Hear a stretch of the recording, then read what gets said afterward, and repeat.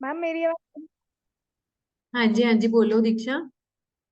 आवाज आ रही है। हाँ जी, हाँ जी, आ रही आ रही। ठीक है, चलो जी, करें आज का सेशन स्टार्ट। हम कर रहे थे फॉरेन कंपनीज और डिपॉजिट्स के किए पहले 15 क्वेश्चन। हाँ, चलो लास्ट के 15-20 मिनट से हाफ एन आवर में हम वो रखेंगे कि अगर किसी के डाउट्स होंगे तो वो कर लेंगे डिस्कस। ठीक है जी, आओ फिर। तो हमने फॉरेन कंपनी का देखा था कि यहाँ पर हमने स्ट्रक्चर, वो ढांचा सा देख लिया था कि क्या क्या चीजें करनी है। जिनका जन्म बाहर हुआ है पर अगर काम का जो उनका भारत में चल रहा है, नहीं उसके ऊपर कंपनीज एक्ट लग जाएगा, ये थी चीज। ठीक है, हमने की। और इसमें सेक्शन 379 टू 393 ए कवर्ड है। और साथ में 2014 के कुछ रूल्स हैं, जैसे हर चैप्टर में हम करते होते थे। ये किया था, जिनका बाई चांस कुछ मिस भी हुआ है ना, अगर पिछला फर्स्ट सेशन, तो रिवाइज भी हो जाएगा अभी साथ। ठीक है, ये किया था। सबसे पहले हमने कहा था कि फॉरेन कंपनी की हमने डेफिनेशन पढ़नी है, फिर प्रोविजंस हमारे स्टार्ट होते हैं आगे। तो हमने सबसे पहले डेफिनेशन स्टार्ट की थी यहाँ पे। कहाँ पे है डेफिनेशन? ये सेक्शन 2, क्लॉज 42 में हमारा फॉरेन कंपनी का। ठीक है जी। अब यहाँ पर क्या है, जिनका जन्म बाहर हो, इनकॉर्पोरेटेड आउटसाइड इंडिया। ठीक है, पर जिनका क्या है, प्लेस ऑफ बिजनेस कहाँ पे, इंडिया में। ठीक है, प्लेस ऑफ बिजनेस, ये पीओबी, मतलब आगे मैं इसको पीओबी लिखा करूं।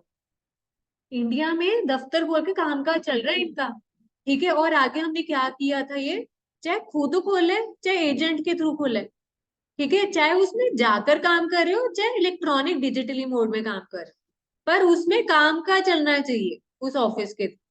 सामान बेचो नहीं बेच रहे, बैठे हो ना, काम धंधा चल रहा है, प्रॉफिट कितना है कितना नहीं वो हमारा कुछ इसमें है।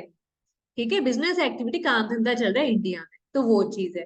फिर आगे हमने क्या किया था, इधर कुछ डेफिनेशन दी हुई थी किसकी, इलेक्ट्रॉनिक मोड की। कुछ रूल्स है हमारे। ठीक है, उसमें दे रखी थी। अच्छा, कुछ ना डेफिनेशन कंपनीज एक्ट में सेक्शन 2 में दे रखे हैं, 90+ डेफिनेशन। कई चीजों का मतलब उसमें नहीं है, तो अलग से कुछ रूल्स दे रखे हैं। क्या नाम है रूल्स का, देखो, स्पेसिफिकेशन ऑफ डेफिनेशन डिटेल, ये इंग्लिश टू हिंदी करो। कुछ मतलब कुछ वर्ड्स के इन डिटेल मतलब बता रखे हैं। ये सेक्शन 2 में ही दिया, अलग से रूल्स में दिया हुआ। ठीक है जी। और बाकी जगह हमने कौन से रूल्स अप्लाई करने हैं, वो जो हर चैप्टर के हम करते होते हैं, कि ये जो कंपनीज इनकॉर्पोरेटेड आउटसाइड इंडिया, जिनको हम बोलते हैं फॉरेन कंपनी। ठीक है, हर चैप्टर के क्या दिए हुए सरकार ने डिटेल में समझाने के लिए रूल्स दिए हुए हैं। रूल्स के नाम क्या होते हैं, उसी चैप्टर का नाम बीच में ब्रैकेट में डाला होता है, लिखा होता है कंपनी, ब्रैकेट में नेम, चैप्टर का रूल 2014। ठीक है, तो हमने इलेक्ट्रॉनिक मोड का मतलब देखा था कि क्या है। चाहे आपका काम यहाँ हो चाहे बाहर, मतलब इंडिया में आपका सर्वर है या नहीं है, ठीक है, उससे कोई लेना देना नहीं है। जो मेन सर्वर जो होता है इंस्टॉल्ड इन इंडिया और नॉट, हमारे कोई उससे लेना देना नहीं है। कुछ जगह पे ऐसे लिखा होता है कि सर्वर में इंस्टॉल्ड होना चाहिए, कहाँ पे, इंडिया में, तभी हम बात। ठीक है जी। और नीचे कुछ चीजें दे रखी थी हमारी कि कुछ चीजें हैं जो इलेक्ट्रॉनिकली चलती हैं, पर जरूरी नहीं कि ये, इसके अलावा भी आजकल तो सारे काम धंधे इलेक्ट्रॉनिकली डिजिटल मोड में हो रहे हैं। ठीक है, फिर इसमें हमने क्या किया था, ऑनलाइन ट्रांजेक्शन होती हैं। इसमें मैंने आपको बताया था बी टू सी ऐसे फॉर्म्स में लिखा होता है, वो बतानी होती है डिटेल। ठीक है, डाटा एक्सचेंज, ठीक है, और डिजिटली सप्लाई कर रहे हैं, ट्रांजेक्शन डाटा ऑनलाइन हो रहे हैं। फिर डिपॉजिट्स, कंपनीज पैसा भी एक्सेप्ट कर रही है ऑनलाइन मोड में, डिजिटल मोड में। पैसा लगा भी रहे हैं लोग सिक्योरिटीज में, डिजिटली डीमैट अकाउंट ओपन करके सब कुछ पैसा लग जाता है। फाइनेंशियल ट्रांजेक्शन, एक दूसरे के साथ हिसाब किताब करना है, वो भी डिजिटल मोड में हो रहा है हमारा। ठीक है, वेब बेस्ड मार्केटिंग, ऑनलाइन ही मार्केटिंग हो रही है, प्रमोशन हो रही है। ठीक है, हम भी तो यही कर रहे हैं ना, पोस्टर बना के सोशल मीडिया पे डालते हैं, तो ये क्यों है, वेब बेस्ड या सोशल मीडिया मार्केटिंग। ठीक है, ये चीज हुआ। डाटा बेस्ड सर्विसेज, ऑनलाइन ही प्रोडक्ट खरीद रहे हैं, बेच रहे हैं, सर्विसेज दे रहे हैं। ठीक है जी। अब जैसे यहाँ पर हम पढ़ाने वाली सर्विसेज दे रहे हैं आपको, ये जूम के थ्रू ऑनलाइन सर्विसेज। ठीक है, फिर आगे की ऑनलाइन सप्लाई चेन मैनेजमेंट, और कौन सी होती है ऑनलाइन सर्विसेज, पढ़ना ऑनलाइन। ठीक है, मेडिसन, टेलीमेडिसन, डॉक्टर से कंसल्टेशन ऑनलाइन। ठीक है, काम आप क्या कर रहे हो, ऑफिस से वर्क फ्रॉम होम लेकर कर रहे हो। ठीक है, कुछ भी है चीजें आपके, इंफॉर्मेशन सर्च करनी है। सप्लाई चेन मैनेजमेंट क्या था, बोलो बोलो, सप्लाई चेन मैनेजमेंट। हाँ, एक जगह से दूसरी जगह सामान भेजना, रॉ मटेरियल से फिनिश गुड्स तक, है ना, सामान किससे खरीदना है। ठीक है, फिर आगे किसके थ्रू जाएगा, फिर आगे कस्टमर, तक पहुंचाने कौन पहुंचाएगा, क्या चेन है, सप्लाई चेन, इंग्लिश हिंदी करो बस, सप्लाई चेन मैनेजमेंट। माल भेजना है आगे तो कैसे भेजा जाएगा, किसके थ्रू, सप्लाई चेन मैनेजमेंट। ठीक है, फिर आगे क्या कहते हैं, और भी कोई डाटा कम्युनिकेशन से रिलेटेड जो भी हम चीजें करते हैं, चाहे मेल के थ्रू हो, चाहे मोबाइल के थ्रू कर रहे हो, social media, cloud, online data हम स्टोरेज कर रहे हैं, डॉक्यूमेंट मैनेज कर रहे हैं, या वॉइस या डाटा ट्रांसमिशन कर रहे हैं, जैसे मर्जी, तो सारी चीजें इलेक्ट्रॉनिक मोड में आ जाएगी। फिर हमने कुछ यहाँ पे एक्सेप्शंस कर ली थी, नॉट इंक्लूड्स कर लिया, तो कौन सी वाली, किसके ऊपर ज्यादा एक्सेप्शन दे रखी है, इन डिटेल आप टैक्स में पढ़ोगे। कौन सी थी ये, सिंपल एसईजेड, एसईजेड वाला, स्पेशल इकोनॉमिक जोन, उनको ना पूरे एज कंपेरिजन टू बाकी जो भाग है हमारे इंडिया का, उनको बहुत सारी एग्जाम्पशन दे रखी है, अलग चलता है वहां पे टैक्सेशन, जो पॉइंट ऑफ व्यू से अगर चीजें देखें। ठीक है, तो कहते हैं कि अगर वहां पे कुछ सिक्योरिटीज ऑफर कर रहे हैं या सब्सक्राइब कर रहे हैं, लिस्ट की गई है वहां पे, ठीक है, कहाँ पे, IFC, international financial service centre. ठीक है, ये स्पेशल इकोनॉमिक जोन कौन से वाले एरियाज है, जो किसने लाइसेंस दिया हुआ है, आरबीआई, सेबी, इरडा ने, कि आप ये वाली जगह पे काम कर सकते हो, लाइसेंस लेना पड़ता है। ठीक है, कुछ सेंसिटिव एरियाज होते हैं यहाँ पर, ठीक है, तो यहाँ पे कानून भी अलग फॉलो होता है, कुछ एग्जाम्पशन भी होते हैं। अच्छा, फिर ये यहाँ पर एक 420 से रिलेट करवाया था आपको, किससे, 320 से, कि यहाँ पे अखबार में आया था 2021 में कि 320 फॉरेन कंपनीज रजिस्टर हुई है इंडिया में। ठीक है जी, 2018 से 2021 के, बस एक ही डाटा सा दिया हुआ है हमारे को ऐसा। ठीक है, एक्स्ट्रा ही पॉइंट सा डाला हुआ है हमारे। किसने बोला था, ये श्री राव इंद्रजीत सिंह। आओ जरा, फिर हमने यहाँ पे बड़ा अच्छा एक इम्पोर्टेंट कॉन्सेप्ट था फॉरेन कंपनी से रिलेटेड, कौन बताएगा, कोई भी बता दो, 379, बताओ जरा, बोलो जी बोलो, सुनाओ जी, हर्ष आपकी आवाज सुन जाए।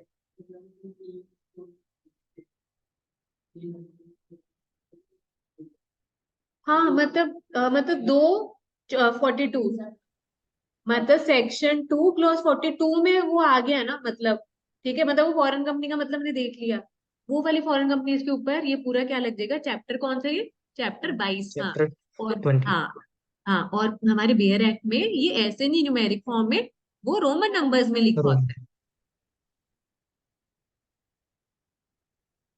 हाँ हाँ, ये आपने सेकंड वाला पॉइंट आप बता रहे हो ना। ठीक है, एक तो है कि जो भी फॉरेन कंपनीज हैं, जिसका मतलब कहाँ देखते हैं, सेक्शन 2 क्लॉज 42 में। ठीक है, तो वहां पर 50% है, ठीक है, मोर देन 49, वैसे आपने उसको इनडायरेक्ट वे में सही बोल दिया, पर एग्जैक्ट हम यहाँ पर बोलते होते हैं कितना, मोर देन इक्वल टू 50%। ठीक है, तो यहाँ पर कहते हैं कि जो 242 में फॉरेन कंपनीज हैं, उनके ऊपर ये पूरा चैप्टर लग जाएगा। ठीक है, कौन सा चैप्टर, सिर्फ फॉरेन कंपनी वाली प्रोविजंस वाला चैप्टर। ठीक है, फॉरेन कंपनी है, उसके ऊपर फॉरेन कंपनी वाली प्रोविजन अप्लाई करोगे।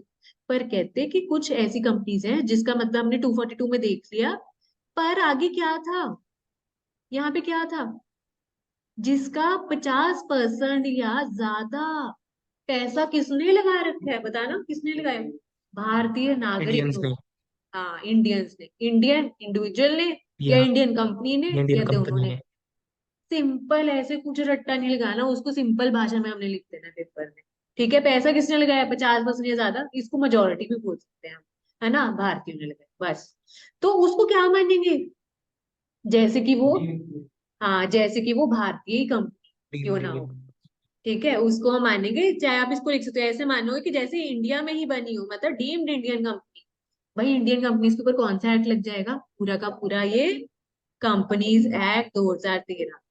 तो जो ये कंपनी के ऊपर अप्लाई होने वाले होंगे कंपनीज एक्ट के प्रोविजन, वो भी लग जाएंगे, और ये जो चैप्टर हमने कौन सा पढ़ा था, ये 22वां फॉरेन कंपनीज वाला, ये वाला तो अप्लाई होएगा ही, साथ में एक्स्ट्रा प्रोविजन भी अप्लाई हो जाएंगे, ये किया था काम, बड़ा इंपॉर्टेंट पॉइंट था ये वाला।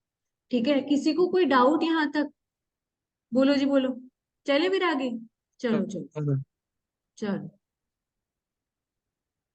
हाँ जी, फिर हमने यहाँ पे देखो क्या किया था, सेक्शन 380, ये क्या था, कहते जो फॉरेन कंपनी है, धंधा इंडिया में चला रही है, उनको कुछ रजिस्ट्रार के पास डॉक्यूमेंट सबमिट करने हैं। ठीक है जी, और कितनी देर के अंदर करने होते हैं सबमिट डॉक्यूमेंट, 30 दिन के 30 अंदर। डेज कौन सी, प्लेस ऑफ बिजनेस। यहाँ पे मेन वो कीवर्ड क्या है, यहाँ पे पूरे चैप्टर में आएगा, place of business in India.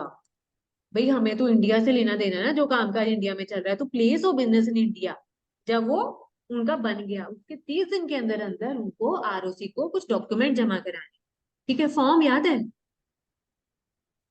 हाँ सिंपल, चैप्टर का वो FC1। अब्रीविएशन, हाँ चैप्टर का अब्रीविएशन हो जाएगा, FC1 हो जाएगा। ठीक है जी। अच्छा एक और किया था फॉर्म नंबर। हाँ सिंपल, एक एक किया होगा या दूसरा किया होगा, दूसरे में क्या होएगा वैसे, याद है क्या? रिवाइज नहीं करते देख लो, है वैसे एक आधा सेक्शन ही होता है पूरे 2 घंटे में, वो भी नहीं करते वैसे आप। गलती अगर कुछ हमने चेंज ऑल्टरेशन, हाँ कुछ चेंजेस अगर हो गए या करने हैं आप, तो FC2 में बता दो बिल्कुल। ठीक है, ओरिजिनल भेजो FC1 में, कुछ चेंजेस करके भेजो FC2 में, आज FC3 भी देख लो। 30 दिन के अंदर अंदर भेजने, क्या भेजने हैं? सबसे पहले तो सर्टिफाइड कॉपी जन्म पत्रियां, ये जन्म पत्रियां हमारी MOA और AOA, जन्म पत्री। जब कंपनी बनती है तो ये 2 मेन डॉक्यूमेंट्स रेडी होते हैं। ठीक है, इंग्लिश लैंग्वेज में नहीं है तो भाई सर्टिफाइड एक ट्रांसलेटेड कॉपी भेज दो, सर्टिफाई करके साइन स्टैम्प लगाकर। ठीक है, और फिर देखो क्या है, सिंपल एड्रेस, जो रजिस्टर्ड प्रिंसिपल ऑफिस है वहां का भेज दो, और कहाँ का भेज दो address? Place of business in India. Place of business in India का, इसकी भी समरी सी बना लेंगे। आपने वो बनाई है डिपॉजिट की समरी? और यस मैम। इधर, इधर बना ली? Yes ma'am. अच्छा मनदीप ने, और किसने किया था डिपॉजिट वाला? दीक्षा आपने किया था? मैं, अच्छा दीक्षा ने करना है अभी, है ना? मुस्कान बना लिया था? है? नो कहाँ मैम। नहीं? चलो बना लेना फिर, है? ठीक यस है, मैम। जैसे इसमें वो समरी सी बनाई थी ना, अगर आपको मैं लास्ट में दिखाऊंगी डिपॉजिट वाली, इधर बना ली? देखना, बना लेना है। मैं आपको दिखाऊंगी, बड़ी अच्छी समरी बनाई हो, जो 18 से 20 19 पॉइंट किए थे। कंपनी, कंपनी के लोग, या और जो जो कंपनी, मतलब बड़ी अच्छी समरी दिखा दूंगी लास्ट में एक बार, ऐसी यहाँ पे समरी सी बनाई। ठीक है, मतलब वो चीज भी मुझे क्लास में ही करानी चाहिए, करते नहीं हो खुद, है?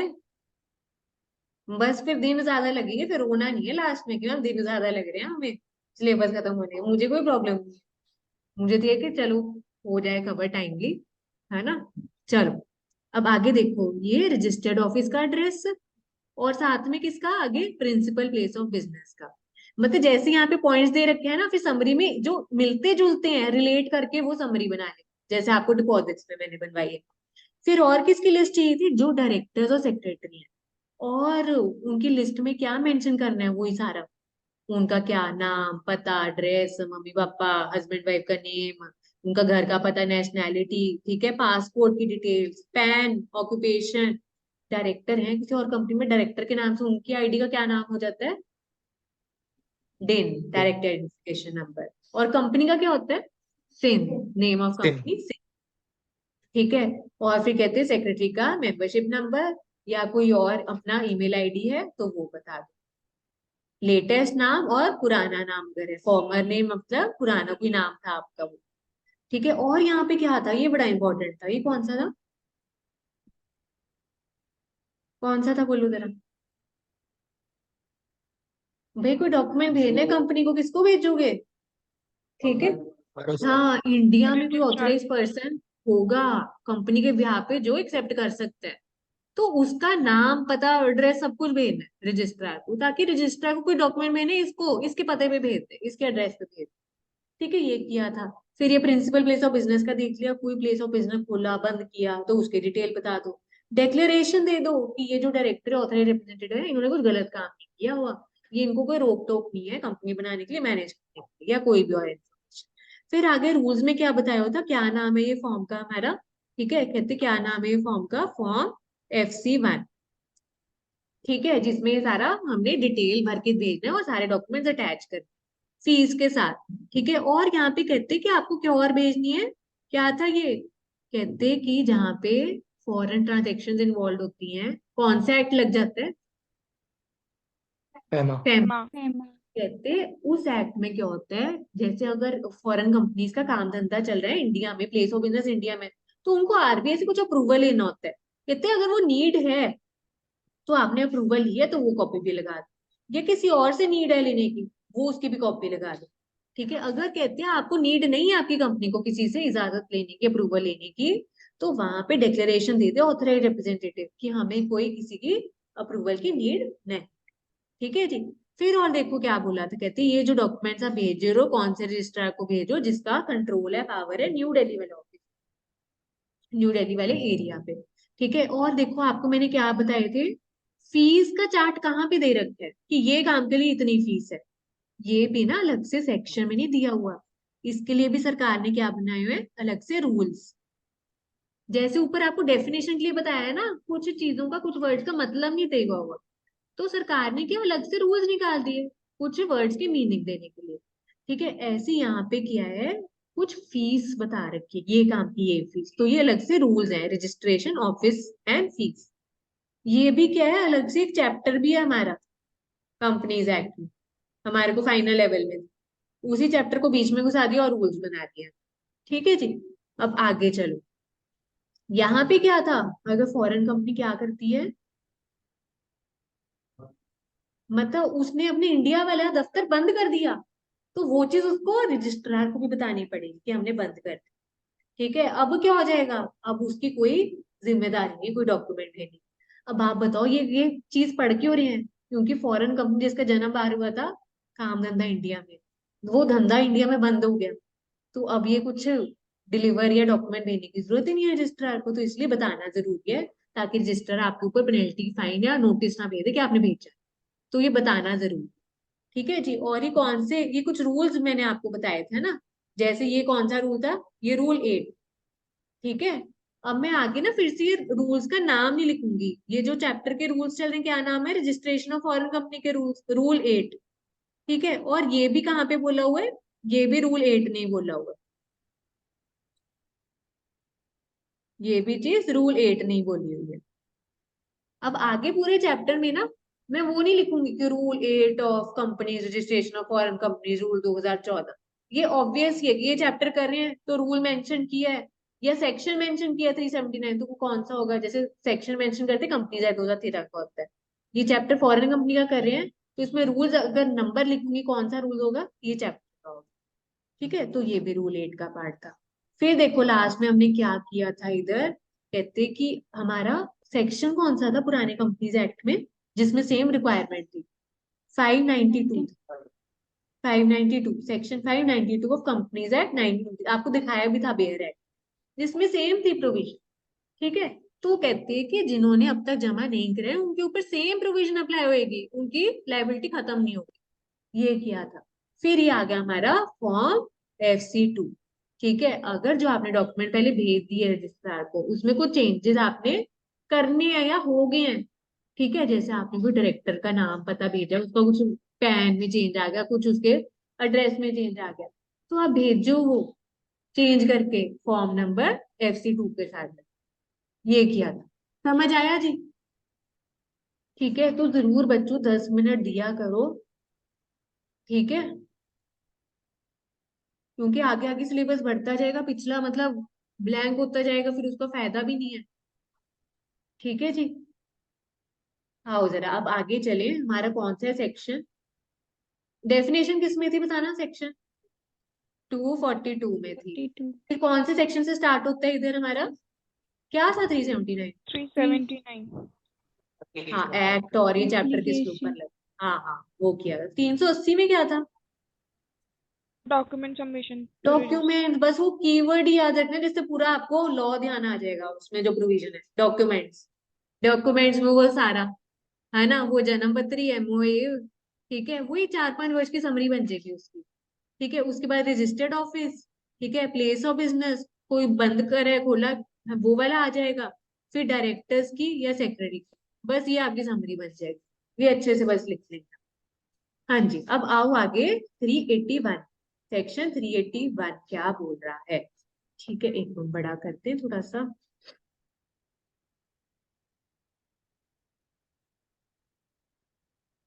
हाँ जी, आओ सर। ठीक है, section 381 accounts of foreign company. ठीक है जी, अब यहाँ पे किताबें कैसे बनानी है फॉरेन कंपनी ने। ठीक है, अच्छा हमने ना किताबों से रिलेटेड एक चैप्टर कर भी लिया, क्या था ना, अकाउंट्स ऑफ कंपनी। ठीक है, अकाउंट्स ऑफ कंपनी बोल दिया, कंपनी अकाउंट्स बोल दो, ठीक है, वो वाला चैप्टर हमने ऑलरेडी कर लिया है। ठीक है जी, अकाउंट्स ऑफ फॉरेन कंपनी। ठीक है जी, अब इसमें क्या है, every foreign company in calendar year, देखो हर कंपनी को क्या बनानी है, फाइनेंशियल स्टेटमेंट बनानी है, ये फॉरेन कंपनी को भी क्या बनानी पड़ेगी, अपनी बैलेंस शीट PNL बनानी होगी, और कौन से फॉर्म में, इंडिया में अगर बना रहे हो कौन से फॉर्मेट में बनती है? शेड्यूल 3। शेड्यूल 3, ठीक है, शेड्यूल 3 वाले फॉर्मेट में बनती है, या एज पर अकाउंटिंग स्टैंडर्ड, मतलब वो सारी चीजें जो हमने पढ़ी है अकाउंटिंग स्टैंडर्ड जो अप्लाई होते हैं वो लगेंगे, ऑडिट के स्टैंडर्ड जो लगते हैं वो लगेंगे, शेड्यूल 3 के फॉर्मेट में लगेगा, अकाउंटिंग पॉलिसी जो फॉलो करनी है वो। ठीक है जी, और कहते हैं कि ये बनाने के बाद रजिस्ट्रार को भेजो। ठीक है, अब एमसी की वेबसाइट पे भी तो कंपनीज यही करती हैं। ठीक है, अपनी जो भी साल के एंड की जो भी फाइनेंशियल स्टेटमेंट रेडी होती है, साइन स्टैम्प करके ऑडिटेड कॉपी वो एमसी की वेबसाइट पे चढ़ाते हैं, अपलोड करते हैं। ठीक है, वो रिक्वायरमेंट होती है। हाँ जी, अब रूल 4, अब मैंने यहाँ पे लिखा नहीं हुआ कौन सा, ये किसका रूल होगा? ये फॉरेन कंपनीज वाले रूल्स की बात करेंगे। ठीक है जी, अब यहाँ पे क्या बोला हुआ है देखो, कहते हैं एवरी फॉरेन कंपनी, शॉर्ट में लिखा है फॉरेन कंपनी, उनको फाइनेंशियल स्टेटमेंट बनानी है हर साल। किसकी बनानी है? वो बाहर की बनाए ना बनाए, हमें कोई लेना देना नहीं है। जो इंडिया में काम धंधा चल रहा है, ठीक है, उससे रिलेटेड उनको फाइनेंशियल स्टेटमेंट रेडी करने हैं, जिसको बोलते हैं इंडियन बिजनेस ऑपरेशंस, इंडिया में जो काम काज चल रहा है। ठीक है, या related to place of business in India लिख सकते हो। ठीक है, कैसे? वही शेड्यूल 3 कहते। और यहाँ पे क्या लिखे है? एज, और मतलब हिंदी वाला या, as near thereto as possible, इसका क्या मतलब है? इंग्लिश टू हिंदी करो, बोलो जी बोलो, क्या मतलब? हाँ, as near thereto as possible, कहते फॉरेन कंपनीज को बोला है वो जो इंडिया में काम धंधा चल रहा है, शेड्यूल 3 के अकॉर्डिंग आपको बनानी है बैलेंस शीट, पीएनएल का फॉर्मेट। कहते या जितना हो सके उसके आसपास, मतलब जितना क्लोज हो सके उस फॉर्मेट के अकॉर्डिंग आप बना दो। पूरा 100% ना से 90%, 95, मतलब जितना क्लोज हो सके उस फॉर्मेट के अकॉर्डिंग बना दो, ये बोला हुआ है यहाँ पे। ठीक है जी, अब इसमें क्या चीजें इंक्लूड करनी है हमने, जो हमने रजिस्ट्रार को जमा करनी है, जो फाइनेंशियल स्टेटमेंट्स की बात कर रहे हैं। ठीक है, हमने क्या किया था? अकाउंट्स ऑफ कंपनीज, कौन सा चैप्टर था ये? चैप्टर 9 था। अच्छा, एक ना आपका मॉड्यूल में नंबरिंग हुई है, जो आपके 3 पार्ट्स है ना, उसमें चैप्टर्स की नंबरिंग हुई है, वो नंबरिंग अलग है। जो कंपनीज एक्ट के बेयर एक्ट में जो नंबरिंग है चैप्टर्स, वो अलग है। ठीक है, मैं आपको कंटेंट बनवाऊंगी, वो एज पर हम स्टडी मटेरियल में जो चैप्टर्स हैं उसके अकॉर्डिंग पेज की नंबरिंग कर रहे हो कि नहीं? जिन्होंने नहीं की पेज नंबर कर लेना, हम वो आगे आगे चैप्टर्स आगे होते जाएंगे, फिर ढूंढने पड़ेंगे आपको, नंबरिंग कर लो साथ साथ ही, ताकि हम एक कंटेंट रेडी कर लें अपना, इंडेक्स या कंटेंट स्टार्टिंग में। ठीक है, उसमें ना जो आपके मॉड्यूल वाइज चैप्टर का जो सीक्वेंस है, वो उस हिसाब से वहां पे हम रेडी कर लेंगे इंडेक्स आपका। ठीक है, चलो जी, कहते हैं कि documents require to be annexed, कहते हैं आप अनेक्स्ड का क्या मतलब होता है? अटैच्ड, अटैच उसके करना। साथ में। कहते हैं ये जो फाइनेंशियल स्टेटमेंट्स आप बना रहे हो, उसके साथ क्या चीजें अटैच करनी है, जो हमने अकाउंट्स ऑफ कंपनीज वाले चैप्टर में पढ़ ली। ठीक है, जैसे हमने वो पढ़ा नहीं था फाइनेंशियल बैलेंस शीट, पीएनएल, अगर बोर्ड ऑफ डायरेक्टर्स को बोर्ड रिपोर्ट बनानी है, सीएसआर है तो सीएसआर के स्टेटमेंट, वो सारी चीजें वो वाली। कहते हैं कि जो वहां पे चैप्टर में पढ़ी है उसके साथ जो जो लगानी है, तो वो यहाँ पे भी आपको लगानी होगी। तो सिंपल इन्होंने लिख दिया, बस यहाँ पे चैप्टर का नाम अलग से इन्होंने बताया। ठीक है, और देखो हमने क्या पढ़ा था कंपनी अकाउंट्स में, कि जिनके आगे कंपनी होती है उनकी सब्सिडरी होगी या कुछ होगी या बाहर होगी, है ना, जैसे पेरेंट कंपनी और उनके बच्चे, जैसे बच्चे उनको सब्सिडरीज बोलते हैं, है ना। तो उनको एक क्या बनानी पड़ती है, जो उतनी फैली होती है कंपनी अलग। हाँ, एक उनको अपनी, हाँ हाँ, ठीक है, एक उनको अपनी खुद की बनानी होती है फाइनेंशियल स्टेटमेंट्स, और मतलब जैसे एक कंपनी है उसका मेन हेड ऑफिस दिल्ली में, ये मतलब सब्सिडरीज ब्रांचेस एक हिमाचल में है, चंडीगढ़ में है ना, हरियाणा में है। तो इनको अपनी अपनी क्या बनानी है? फाइनेंशियल स्टेटमेंट्स तो बनानी ही बनानी है।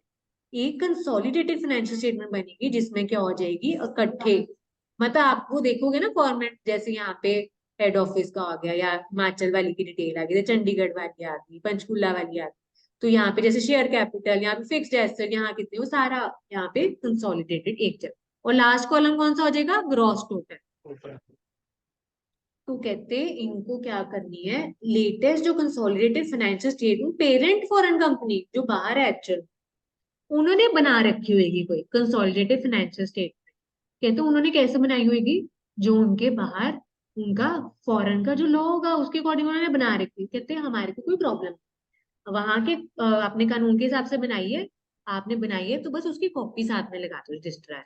ठीक है, बस ये बोल रहा है, कहते हैं लेटेस्ट कंसोलिडेटेड फाइनेंशियल स्टेटमेंट्स और पेरेंट फॉरेन कंपनी जो उन्होंने वहां के लॉ के अकॉर्डिंग बनाई है जहां पे वो बनी है, ठीक है, और वहां पे सबमिट की हुई है उन्होंने, जो भी उनके ऊपर कानून लगे, सिंपल। तो इनको ये चैप्टर जो हमने कंपनी अकाउंट्स किया था उसके अकॉर्डिंग और कंसोलिडेटेड फाइनेंशियल स्टेटमेंट, समझ आ रहा है? चलिए आगे। हाँ जी, मनदीप, मुस्कान, दीक्षा, अखिल, कोमल, आ रहा है समझ में? जिन्होंने की, Yes, जिनकी आज yes ma'am. Second yes, class ma'am. है, यस मैम। जिन्होंने, यस मैम। ठीक है जी, ठीक है। मैंने एक पूछना था, डिफरेंस ये पेरेंट और होल्डिंग अलग अलग है कि सेम ही?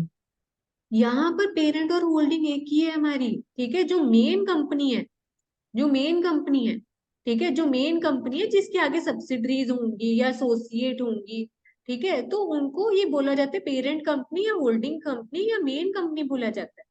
ठीक है, आपको कुछ यहाँ पे ना, अच्छा मेरे को कंपनी अकाउंट्स के सच मेरे क्वेश्चंस पेंडिंग पड़े हैं, वो वहां पे वो आपको क्लियर होगी वो चीजें, वो भी बना के दूंगी आप।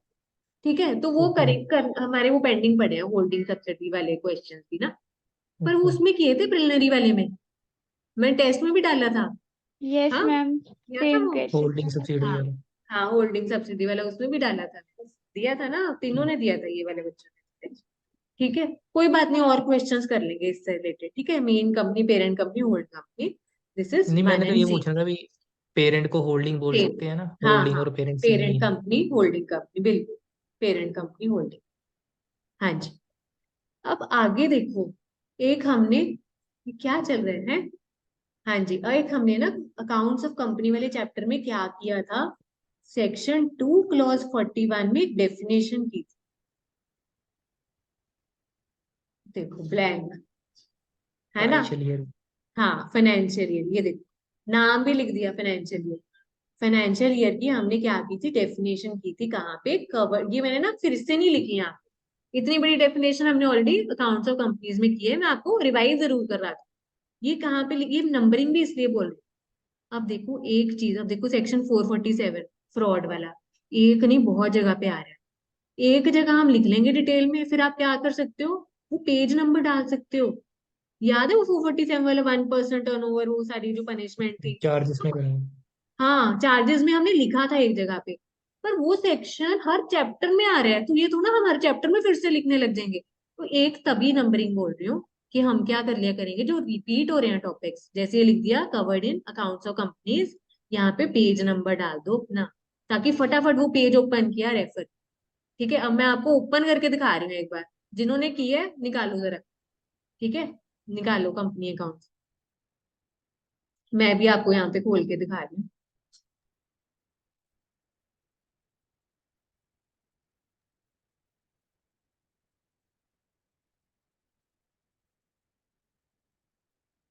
ठीक है, फिर हम रिलेट कर पाएंगे, नंबरिंग जरूर करो। नहीं मिल रहा तो कोई बात नहीं, मैं यहाँ पे दिखा रही हूँ आपको जरा।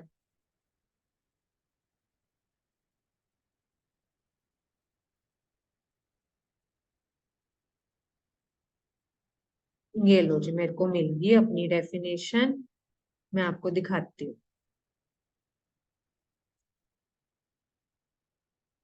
ठीक है, तो ऐसे बड़े फायदे में रहेंगे हम, हमारे को इधर उधर ढूंढना नहीं पड़ेगा फिर। आओ जरा,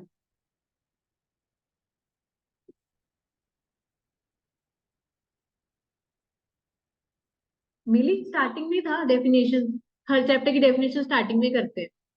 नहीं मिला कोई बात नहीं, इधर देख लो, काफी बच्चों ने किया नहीं हुआ ये वाला चैप्टर मेरे साथ। हाँ जी, सेक्शन 2 क्लॉज 41 में हमने क्या किया था, फाइनेंशियल ईयर की डेफिनेशन। ठीक है, अब फाइनेंशियल ईयर क्या बोलते हैं, क्या पढ़ रहे हैं अकाउंट्स में भी हम, क्या होते हैं फाइनेंशियल ईयर? बोलो जी बोलो। टैक्स में भी पढ़ रहे हैं, अकाउंट्स में भी पढ़ रहे हैं, लॉ में भी, क्या होते हैं? 1 अप्रैल से 31 मार्च। ठीक है, पर यहाँ पे हमने एक एक्सेप्शन की थी, याद है बिना देखे? अगर मैम 1 जनवरी के बाद हो तो हम हाँ हाँ हाँ हाँ, न्यू नेक्स्ट ईयर की न्यू ईयर, 31 हाँ मार्च। हाँ बिल्कुल सही, मनदीप और इधर बच्चों ने भी सही बता दिया, न्यू ईयर से रिलेट कर लो, न्यू ईयर 1 जनवरी। ठीक है, कहते हैं वैसे तो 31 मार्च को क्या होता है, फाइनेंशियल ईयर एंड होता है, means period ending on 31 March every year. पर यहाँ पे क्या बोला हुआ है, कहते हैं कि अगर कोई कंपनी जन्म लेती है कब, ऑन और आफ्टर 1 जनवरी, जैसे न्यू ईयर वाले दिन या उसके बाद जन्म लेती है, मतलब 1 अप्रैल से 31 मार्च के बीच में है ना फाइनेंशियल ईयर। पर कहते हैं अगर उसका जन्म ही कब हुआ, 1 जनवरी या उसके बाद वाले पीरियड में हुआ, तो क्या उसका फाइनेंशियल ईयर यही एंड कर देंगे ये 2-3 महीनों में? तब क्या मानेंगे, No, उसका ma'am. पहला फाइनेंशियल ईयर क्या मानेंगे? वो वही वाला 31 मार्च या उसके अगले नेक्स्ट में? ईयर। याद, Next याद year. आया? हाँ, याद आया बच्चों को? ठीक है, जिन्होंने नहीं किया देखो, वैसे 31 मार्च तक होता है, पर जिस कंपनी का जन्म हमारा 1 जनवरी उसके बाद हो रहा है, तो सपोज यहाँ पे है ना, और यहाँ पे 1 अप्रैल है, ठीक है, ये जो हम कंपनी की बात कर रहे हैं, हम बोल रहे हैं उसका जन्म हुआ 1 फेब, 1 जनवरी उसके बाद। तो वैसे तो अगर ये डेफिनेशन देखें, ये वाली कंपनी का फाइनेंशियल ईयर क्या होगा, 1 फेब से 31 मार्च। पर यहाँ पे कंपनीज एक्ट ने, कानून ने बोला है जिसका जन्म 1 जनवरी या उसके बाद न्यू ईयर या उसके दिन के बाद हुआ है, तो उनका फाइनेंशियल ईयर यहाँ पे नहीं खत्म होगा पहले साल, उनका कब खत्म होगा, इसके अगले वाला जो 31, तो इनका 1 फेब से अगली 31 मार्च तक। ठीक है, तो ये क्या लिखे, means period ending on 31 March of following year. Following मतलब अगला, प्रीसीडिंग मतलब पिछला, फॉलोइंग मतलब अगला। ठीक है, समझ आ गया? और आगे देखो, कहते कंपनी, ठीक है, जो कि क्या है, होल्डिंग, सब्सिडरी या एसोसिएट कंपनी है। ठीक है, इनका भी हमने मतलब किया था थोड़ा सा, जिन्होंने मेरे साथ प्रिलिमिनरी चैप्टर किया है, क्या मेरे को बता सकते हो होल्डरी, अभी टेस्ट भी किया है, क्या परसेंटेज था होल्डिंग सब्सिडी? हाँ, More एक than 50 बोले, 51 क्या था? हाँ, 51 या more मोर देन than था. 50% बोल या ग्रेटर देन इक्वल टू 51%। ठीक है, जिस कंपनी ने इसमें इतना पैसा लगा रखा, मतलब कंट्रोल आ गया वोटिंग पावर का। और क्या थी definition? Composition of directors, Com. Control हाँ, हो। या सारे डायरेक्टर या मेजोरिटी डायरेक्टर रखने या निकालने की भी ताकत है। ठीक है, ये किया था। एसोसिएट में क्या था? देखो, 20%. चैप्टर दूसरे में अप्लाई होता है, इंटरलिंकिंग होती सब्सटेंशियल इन्फ्लुएंसिंग, है। Substantially significant, significant. सिग्निफिकेंट, ठीक है, उसका मतलब क्या था, एक सिग्निफिकेंट इन्फ्लुएंस था इसमें, एक जॉइंट वेंचर अरेंजमेंट था, इसमें हमने किया। सिग्निफिकेंट इन्फ्लुएंस का मतलब क्या था, कितना प्रतिशत वोटिंग पावर? 20%. More than 20%. हाँ मुस्कान, ऊंचा बोलो, कितना था? More than 20%. मोर देन नहीं था, 20 to 50% की लिमिट थी। मतलब यहाँ पे हमने क्या पढ़ा था, जिसका एटलीस्ट 20% वोटिंग पावर है, पर वो सब्सिडी नहीं होनी चाहिए। सब्सिडी कब नहीं होगी, जब जब 50 से नीचे होती, या ऐसे भी लिख सकते, क्योंकि यहाँ पे मोर देन था ना, मोर देन 50%, तो यहाँ पे लेस देन, तो हमने रेंज बना दी थी 20 से 50। रिलेट करना है अब हमने आगे आगे जब चैप्टर्स में जा रहे हैं। ठीक है, कोई बात नहीं, जिन्होंने नहीं किया मेरे साथ, आ जाएगा समझ में जब प्रिलिमिनरी कर लोगे। हाँ जी, अब आगे देखो, कहते हैं अगर कोई कंपनी होल्डिंग कंपनी है, सब्सिडरी, एसोसिएट है, ठीक है, of a company incorporated outside India, जो बाहर हम फॉरेन कंपनी की बात कर रहे हैं, ठीक है, अगर ये उसकी कोई सब्सिडरी, एसोसिएट, ये कोई कंपनी है, ठीक है, एंड इनको क्या करना पड़ रहा है, कंसोलिडेटेड फाइनेंशियल स्टेटमेंट बनाने के चक्कर में इनको थोड़ी बहुत डेट्स इधर उधर करनी पड़ती है, या जो 31 मार्च वाली डेट है ना, इनको इसके साथ सेटिंग नहीं बैठ, क्योंकि फॉरेन कंपनी इन्वॉल्व है, फॉरेन एक्ट इन्वॉल्व होगा, कानून इन्वॉल्व होगा, साथ में इंडिया में जो कामकाज चल रहा है उसकी हम कंसोलिडेटेड बना रहे हैं। देखो, फॉरेन कंपनी सपोज इंग्लैंड में बनी है, उसका कामकाज इंडिया में भी बन रहा है, अब ये अपनी अपनी फाइनेंशियल स्टेटमेंट्स तो बनाएंगे, बैलेंस शीट, पीएनएल, और एक क्या बन जाएगी, कंसोलिडेटेड। अब यहाँ पे इंडिया का कानून लग रहा है, इधर का फॉरेन का लग रहा है, तो हो सकता है दोनों को मिलाने के चक्कर में 31 मार्च जो कोई और डेट इनको फॉलो करनी पड़े। तो यहाँ पे बोला हुआ है कंपनीज को परमिशन मिल सकती है अगर वो रिक्वेस्ट करे, किसको, सरकार, यही बोला है, of company incorporated outside India and required to follow different financial year for consolidation of accounts outside India. ठीक है, central government on application by company allowed to different financial, ये मतलब किया था। ठीक है, और फिर आगे हमने क्या किया था, ये एक तो पुरानी नोटिफिकेशन थी, तो मेन हमारा ये था, समझ आया कि नहीं? ठीक है, चले आगे फिर हम। ठीक है, अब यही हमने, क्योंकि ये फॉरेन कंपनी से रिलेटेड था। अब आओ जरा, तो ये अपना ना इधर पेज नंबर डाल लो जब आप नंबरिंग कर लोगे। ठीक है जी। अभी हमने फाइनेंशियल ईयर वाली डेफिनेशन, हाँ जी सबको आई समझ फाइनेंशियल ईयर वाली? बोलो जी बोलो। Yes ma'am. Yes ma'am. हाँ जी, दीक्षा, अखिल, मुस्कान, कोमल, मनदीप, यस आ मैम। यस रहे हैं? मैम। ठीक है, चलो आगे आ रहे चलो। सर। ठीक है ठीक है।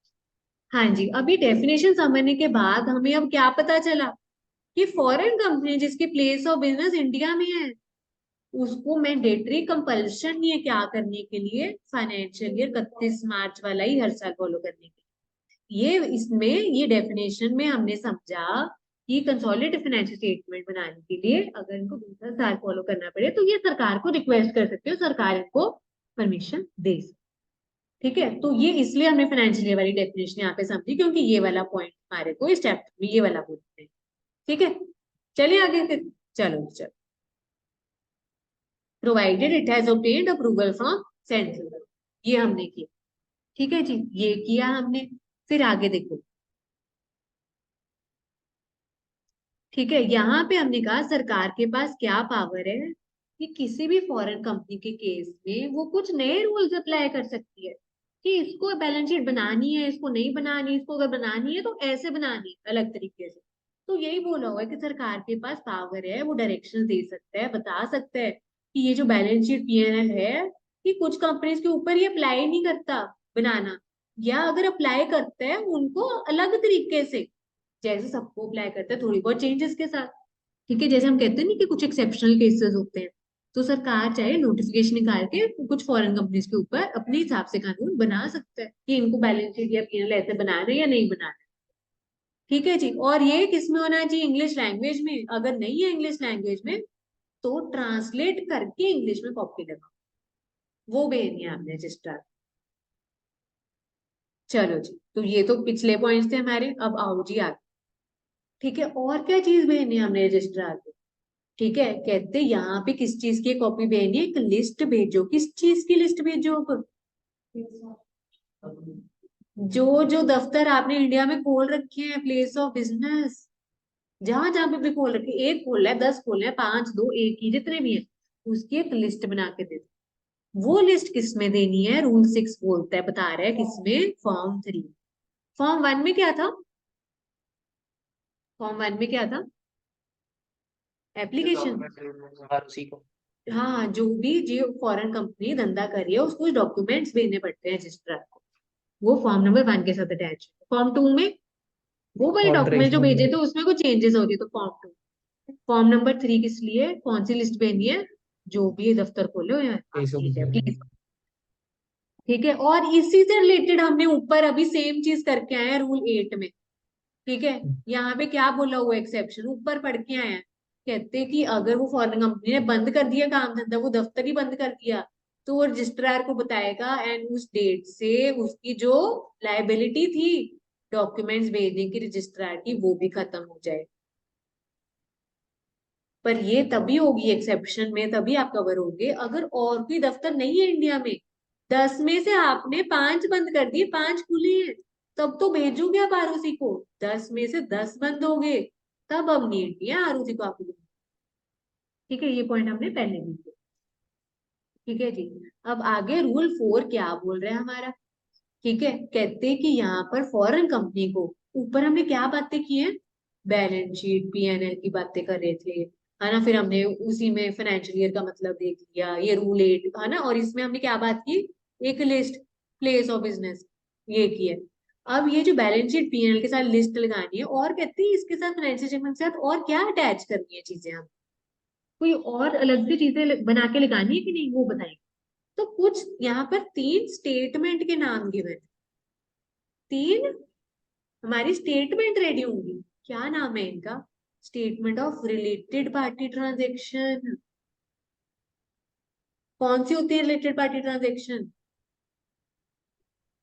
जो जो रिलेटेड पार्टी के साथ ट्रांजेक्शन हो रही है, जैसे कि, जैसे हमारे रिलेटिव्स की डेफिनेशन ना बहुत बड़ी है।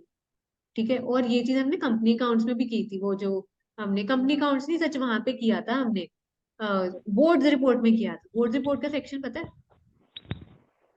134। 134, 135 CSR का।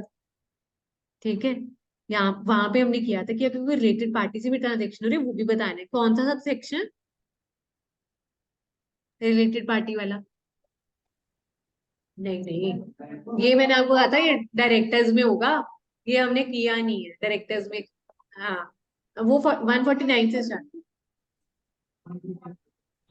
मैम 180। डिपॉजिट में भी तो रिलेटेड पार्टी ट्रांजैक्शन किया है हमने, डायरेक्टर्स या हाँ उससे रिलेटेड में अनसिक्योर्ड लोन नहीं। हाँ हाँ, रिलेटेड पार्टी ट्रांजेक्शन है ये ना। इसका अलग से सेक्शन किधर है? हमारा सेक्शन 188 में कवर्ड है रिलेटेड पार्टी ट्रांजेक्शन, वो डायरेक्टर्स वाले चैप्टर्स में कवर्ड है। ठीक है, कि मतलब अगर हम अपने रिश्तेदारों के साथ, है ना, जिसमें अगर आप टैक्सेशन में आपने पढ़ी रिलेटेड पार्टी की डेफिनेशन की टैक्स में अभी के नहीं, है ना, तो उसमें भी आप पढ़ोगे टैक्स के पॉइंट ऑफ व्यू से अलग है रिलेटेड पार्टी की डेफिनेशन, लॉ के हिसाब से अलग है। ठीक है, और सेक्शन 188 में पूरी लिस्ट गिवन है, आपको दिखाऊंगी बेयर एक्ट। ठीक है, कि उसमें बता रखे हैं जिसके पास इतने प्रतिशत वोटिंग के करने के भी पावर है वो भी रिलेटेड पार्टी ट्रांजेक्शन हो जाएगा, या जो कंपनी के लोग हैं या उनके घर के लोग हैं या उनके डायरेक्टर के आगे रिश्तेदार हैं, उनसे रिलेटेड कुछ ट्रांजेक्शन अगर आपको हो रही है तो आपको उसको डिटेल में बताना है। जैसे बोर्ड रिपोर्ट में भी हमने कहा था कि अगर कोई रिलेटेड पार्टी से ट्रांजेक्शन है वो भी डिटेल में बताओ। ठीक है, वो भी कर लेंगे, आपको बेयर एक्ट से दिखाऊंगी सेक्शन 9। हाँ जी, बोलो जी। स्टेटमेंट ऑफ रिपाट्रिएशन ऑफ प्रॉफिट्स, इसका क्या मतलब है? बोलो जी, बोलो। इतनी करनी है, कहीं लगाने प्रॉफिट। हाँ, कहाँ कहाँ लगा रहे हो आप प्रॉफिट्स? कहाँ कहाँ डिस्ट्रीब्यूट करो, बांट रहे हो, है ना, वो सारी चीजें। इसी से मिलता जुलता नीचे है, देखो, statement of transfer of funds. ये तो रिपाट्रिएशन मतलब कहाँ कहाँ लगाने वाले हो आप पैसे, वो सारी डिटेल। ठीक है, फिर आपने कहाँ कहाँ कर दी है ट्रांसफर फंड्स, जैसे कि प्रॉफिट का कुछ हिस्सा किसको जाता है? शेयर होल्डर्स को जाता है, उसको बोल देते हैं डिविडेंड्स वगैरह। ठीक है, तो कहते हैं कि अगर कुछ ऐसी चीज है तो उसकी भी डिटेल आप बता दो। तो सिंपल यहाँ पे क्या, रिलेटेड पार्टी ट्रांजेक्शन और प्रॉफिट के बारे में डिटेल्स है हमारे। ठीक है, तो कहते हैं ये भी स्टेटमेंट आप साथ में हमारे लगा दो। ये चीज की है हमने। फिर आगे क्या बोल रहा है?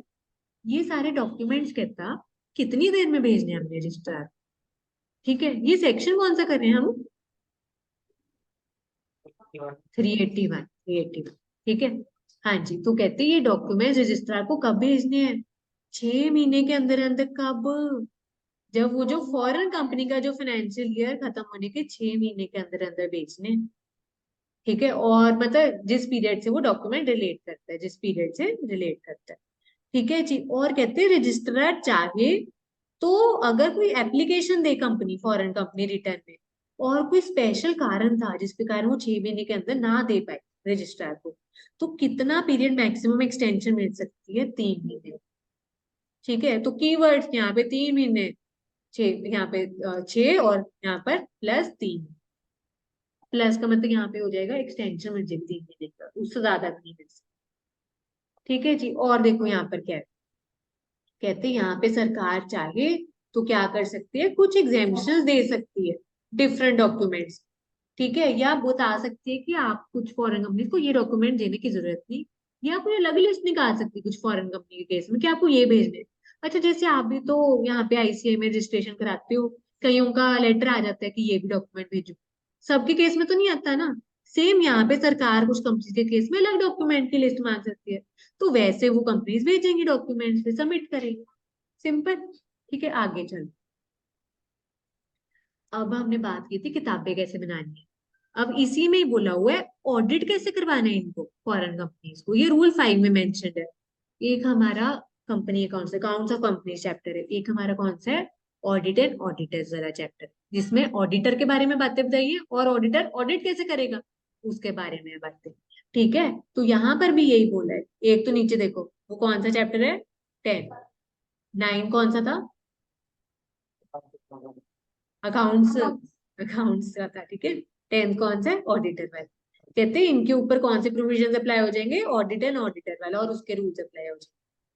ठीक है, और एक आप ना मॉड्यूल से पढ़ रहे हो कि नहीं? हाँ, हाँ या ना?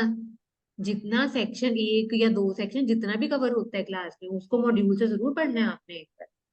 ठीक है, एक बार जरूर रीडिंग दे दो। ठीक है। हाँ जी, तो कहते कि ये वाले चैप्टर की प्रोविजन इसके ऊपर अप्लाई हो जाएंगी, ऑडिटर वाली। एक आप ना वर्ड देखोगे, म्यूटेटिस मुटेंडिस, अपने मॉड्यूल में। मतलब जैसे हम कहते हैं ना कि ऑडिट की बात हो रही है फॉरेन कंपनीज, ठीक है, तो हमने कहा जो कंपनीज एक्ट में ऑडिटर वाला चैप्टर है वो अप्लाई हो जाएगा। वो कैसे? म्यूटेटिस मुटेंडिस। उसका क्या मतलब होगा? थोड़ा गैस ही कर लो। म्यूटेटिस म्यूटेंडिस नया वर्ड है। सेम टू सेम, हाँ, बोलो बोलो मनदीप। Same to same. अच्छा, सेम टू सेम, आप बोलो। म्यूटेटिस म्यूटेंडिस, एक तो मेरी हैंडराइटिंग ही ऐसी है ना। म्यूटेटिस म्यूटेंट नया वर्ड है। जो मॉड्यूल में पढ़ते हैं ना उनका ये जरूर आता है डाउट, इसलिए मैं ये पहले ही बता रही हूँ। जैसे हम कह रहे हैं ना कि फॉरेन कंपनीज, हाँ नहीं देखा था, दूसरे वाले चैप्टर में देखा होगा क्या? देखे, चलो इसी में ही ना देखो फिर आप। ठीक है, तो हम कह रहे हैं बेशक फॉरेन कंपनीज हैं, ठीक है, अगर उनका काम धंधा इंडिया में चल रहा है तो उनको अकाउंट्स भी, किताबें भी बनानी होंगी जो हमने ऊपर पढ़ा, जैसे बनानी है जो जो चीजें भेजनी है रजिस्ट्रार को। और उनको ऑडिट भी करवाना होगा, कैसे? जो यहाँ पर कंपनीज एक्ट के चैप्टर 10 है उसके अकॉर्डिंग। ठीक है, कहते जैसे यहाँ पर बोला मनदीप ने सेम टू सेम, कहते सेम टू सेम अप्लाई कर दो, पर फिर भी अगर सेम टू सेम ना हो पाए, थोड़ी बहुत चेंजेस करके अगर करनी पड़े अप्लाई, तो कहते वैसे कर दो, अकॉर्डिंगली अप्लाई कर दो। ये है मतलब मुटेटिस मुटेंडिस, मतलब सेम टू सेम। जैसे हम कहते हैं ना कट कॉपी पेस्ट, कई बार कट कॉपी पेस्ट नहीं चलता का, हमारे को थोड़ा बहुत मॉडिफाई करना पड़ता। ठीक है, तो ये चीज है, कहते हैं अकॉर्डिंगली आप अप्लाई कर दो। जो यहाँ पर इंडियन कंपनीज के ऊपर अप्लाई हो रहा है चैप्टर ये 10, वैसे ही सेम टू सेम अप्लाई कर दो। सेम टू सेम नहीं होता, आप अकॉर्डिंगली चेंजेस के साथ अप्लाई कर दो। ये है मतलब, आया समझ? बोलो जी बोलो। ठीक है, अब यहाँ पे ऊपर क्या लिखा हुआ था? कहते कि हर कंपनी, फॉरेन कंपनी क्या कर रही है, जो भारत में कामकाज चल रहे हैं, इंडियन बिजनेस ऑपरेशन, वो किताबें बना रही है। कैसे? जो हमने ऊपर यहाँ पर सेक्शन 381 में और रूल्स में पढ़ा। ठीक है जी, और उसको किससे ऑडिट कराना होगा? ऑडिटेड बाय सीए, प्रैक्टिसिंग वाले चार्टर्ड अकाउंटेंट। प्रैक्टिसिंग से क्या मतलब होता है? प्रैक्टिसिंग फर्म खोली हुई है, चाहे सोल प्रोप्राइटर में, चाहे किसी के साथ पार्टनरशिप में, और उसके लिए क्या एक मेन चीज लेनी पड़ती है? हाँ जी, मनदीप ने कुछ बोला। सीओपी। सीओपी, जैसे अभी हमने प्रैक्टिस, जैसे अभी आपने क्या किए आईसीआई में, आपने क्या किया? रजिस्टर करवाए, आपको एनआरओ नंबर मिले। अब जब आपका, चलो आप तो डायरेक्ट एंट्री रूट से फाउंडेशन है नहीं, अब इंटर क्लियर हो जाएगी, फाइनल हो जाएगी, ठीक है, फिर आप मेंबरशिप के लिए अप्लाई करोगे तो आपको क्या मिलेगा? Membership number. ठीक है, मतलब फिर आप ये मेंबरशिप नंबर, मतलब आईडी मिल गई आपको। जैसे अभी आईडी क्या है ना, रो नंबर, ये स्टूडेंट आईडी है, फिर आपको सीए मेंबरशिप नंबर, आईसीए के मेंबर्स बन जाओगे। अभी हम क्या है, आईसीए के स्टूडेंट्स, फिर हम आईसीए के बहुत जल्द मेंबर्स बन जाएंगे। ठीक है, फिर ये मेंबर्स जो प्रैक्टिस करना चाहते हैं, उनको एक और सर्टिफिकेट लेना है आईसीए से। ठीक है, उसको क्या बोलते हैं? COP, certificate of practice. इनके पास राइट होता है क्या करना? प्रैक्टिस वाला काम करना। जैसे हम कहते हैं ना कि ये जो आप क्या करोगे, आर्टिकलशिप ट्रेनिंग करोगे ना, किसके अंडर करोगे? जो प्रैक्टिस में होगा सीओ, उनके पास सीओपी होगी। आप देखोगे काफी के दफ्तर में ना उन्होंने वो फ्रेम करके लगाई होती है सीओपी, काफी सीए से। ठीक है, वो सीओपी लगाई होती है उन्होंने, या उन्होंने अपनी मेंबरशिप लगाई होगी, या फाइनल वाले पेपर क्लियर होने के लिए, ऐसे कई बार 2-3 लगाए होते हैं सर्टिफिकेट फ्रेम करके। ठीक है, audited by practising CA in India. ठीक है, या अकेला बंदा कर सकता है सोल प्रोप्राइटर, या अगर फर्म है वो भी कर सकती है, या आपके अब सिलेबस में ये नया एक्ट ऐड हुआ है एलएलपी, या एलएलपी या practising chartered accountant. LLP in detail आगे जब करेंगे तब करेंगे, ब्रीफली बता दूं ये किसका मिक्सचर है। हाँ, फुल फॉर्म तो है लिमिटेड लाइबिलिटी पार्टनरशिप। ये किस चीज का मिक्सचर है? ये पार्टनरशिप कंपनी फर्म प्लस का, पार्टनरशिप। मतलब कंपनीज और पार्टनरशिप का मिक्सचर है लिमिटेड लाइबिलिटी अच्छा। पार्टनरशिप। ठीक है, तो ये डिटेल वहां पे पढ़ेंगे इसके बारे में। ठीक है, तो ये क्या था हमारा section 381 accounts of foreign company. अगर यहाँ पर देखा जाए ना, मतलब एक बार पहली बार में क्या होगा, गुस्सा आ रहा है मन है, ठीक है। अगर यहाँ पे देखा जाए ना, इतने बड़े सेक्शन में और इतना हमने टाइम लगाया है, पहली बार में जरूर टाइम लगेगा, पर निकल के क्या है, अब इनको बैलेंस शीट भेजनी है मेरे भाइयों बहनों, पीएनएल भेजनी है, बैलेंस शीट में सीएफएस कंसोलिडेशन भी भेज देगा, ठीक है। और इसमें वो फाइनेंशियल ईयर की बात होगी थी जो हमें पता है, ठीक है। और इसमें किस चीज की लिस्ट भेजनी है, प्लेस ऑफ बिजनेस जो इंडिया में। और क्या किए यहाँ पर, हाँ और कुछ किए यहाँ पर हमने, हाँ ये टाइम पीरियड वाला था हमारा, टाइम पीरियड वाला है ना, टाइम पीरियड वाला, टाइम पीरियड मतलब 6 महीने प्लस 3, बस ये है समरी इसकी, बस 4 वर्ड्स। ऐसे टिप्स पे होना चाहिए कि बस ये 4 वर्ड्स पता है, पूरी कहानी हम खुद लिखते हैं, ठीक है। फिर बड़ा इजिली पूरा सिलेबस हो जाता है वो एक दिन की छुट्टी में हमारे, ठीक है। था क्या ये पूरी कहानी में, मतलब मैं शॉर्ट भी ये समरी बना सकती हूँ, फिर आप कहते हो नहीं मैम इतनी शॉर्ट हमारे को समझ नहीं आती, क्योंकि आप ना सच में बहुत लेजी हो, आप मॉड्यूल खोलते नहीं ना, आपको है कि बस एक ही चीज हम देखें, है ना। मुझे था कि चलो वो लास्ट के लिए, तभी मैंने वो समरी रखी होती कि चलो वो शॉर्ट में समरी वहां बना दो, ठीक है। चलो ये तो था हमारा सेक्शन 381, यहाँ तक किसी को कोई डाउट 381 में, ठीक है।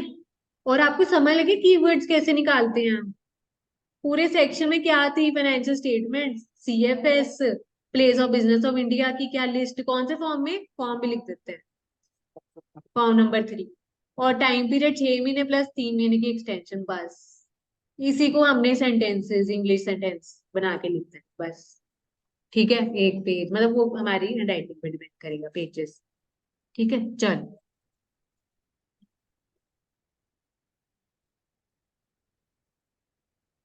ठीक है, छोटा सा सेक्शन है बिल्कुल, फिर लिखने का टाइम दूंगी आप, छोटा सा सेक्शन है बिल्कुल हमारा, ठीक है। कहते क्या है यहाँ पर, section 382, display of name of foreign company. क्या मतलब हुआ इसका, इंग्लिश टू हिंदी करो, किस चीज की बात हो रही है। डिस्प्ले कैसे करें? मतलब ये फॉरेन कंपनी का नाम डिस्प्ले होने की बात हो रही है, कहाँ पे डिस्प्ले होने की बात हो रही है, बोलो बोलो बोलो, वहां डिस्प्ले पे उसके जाके जो डिस्प्ले मतलब, आप एमसीए बताओ। एमसीए में तो डॉक्यूमेंट जा चुके, जन्म पत्रियां जा चुकी, या ये 381 में पड़ा वो जा चुका, डिस्प्ले कहाँ पे हम हाईलाइट करें, आप नीचे एंटर होते हो, सीएच के हमने बोर्ड नहीं लगाए हुए, कहाँ लगाएंगे, मैं अपने घर के आगे लगाऊं, या आपके घर के आगे लगाऊं, प्लेस बिजनेस, या हिमानी के घर के आगे लगाऊं, है प्लेस ऑफ किधर, बिजनेस में प्लेस। ठीक है। मतलब ये डिस्प्ले सिर्फ वो नहीं कह रही कि सिर्फ हमने बोर्ड लगाने वाली बात, सिंपल इसका मतलब है फॉरेन कंपनी का नाम कहाँ कहाँ छपाओगे आप, छापोगे। एक तो आपको एग्जाम्पल देती है बोर्ड वगैरह कि जहाँ पे हमारा बिजनेस है वहां पे, और देखो कहाँ पे, और कहाँ पे आपको सीएच का दिखता है, जैसे नीचे बोर्ड हो गया, और कहाँ पे दिखता है,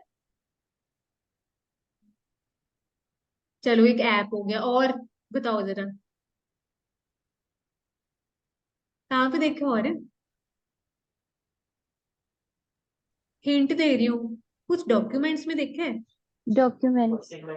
कौन से वाले डॉक्यूमेंट्स, कौन से वाले डॉक्यूमेंट्स, क्वेश्चन बैंक्स में question bank, test, test answer sheet पे भी है, लोगो है, हाँ लिखा हुआ है उसमें, हाँ वो पुरानी बनी हुई है ना, अब अलग से छपवानी है वो वाली, ठीक है। हाँ ना, मतलब बिल्कुल सही बताया ना, टेस्ट पेपर, टेस्ट पेपर जो बनाते हैं, आंसर शीट जो बनाते हैं, क्वेश्चन बैंक, है ना, उसमें क्या डालो हमने, सीएच का नाम डालो, है ना, ताकि हमारी एकेडमी का उसमें नाम है कि हमने आपको वो दिया, प्रोवाइड किया ये चीज, है ना। तो यही है, हो गया पूरा सेक्शन, यही था इसमें, ठीक है। क्या बोला हुआ है, फॉरेन कंपनी का नाम कहाँ कहाँ छपाने की बात हो रही है, देखो कहते एवरी फॉरेन कंपनी शेल कॉन्स्पिक्यूअसली, इसका क्या मतलब है, ये भी वर्ड ना बड़ा डाला हुआ है मॉड्यूल में बहुत बार, क्या मतलब है इसका, conspicuously exhibit on outside of every office या place where it carries on business, बड़ा नहीं, मतलब इसको बोलेंगे क्लियरली नजर आए, बहुत भी बड़ा ना हो, बहुत छोटा भी ना हो, क्लियरली नजर आ जाए, रीडेबल। ठीक है, क्लियरली नजर आ जाए। कॉन्स्पिक्यूअसली एग्जिबिट, मतलब क्लियरली कहाँ डालो, कहाँ छिपाओ, आउटसाइड एवरी ऑफिस, मतलब इसको सिंपल हम लिख सकते हैं outside every place of business, any ऐसे भी लिख सकते हैं। ठीक है, एक तो ये चीज होगी। क्या क्या छापना है, कहते हैं नाम, फॉरेन कंपनी केस में एक तो नाम, ठीक है, और कंट्री जहाँ पे वो इनकॉर्पोरेट। अब हम तो इंडिया में हैं, हम क्या किसी कंपनी के आगे इंडिया इंडिया इंडिया डालते हैं? नहीं ना, सीधा नाम ही डाल देंगे, अज्यूम्ड है। अगर बाहर की कंपनी है तो ये दो चीजें डालेंगे, नेम, ठीक है, और साथ में कंट्री।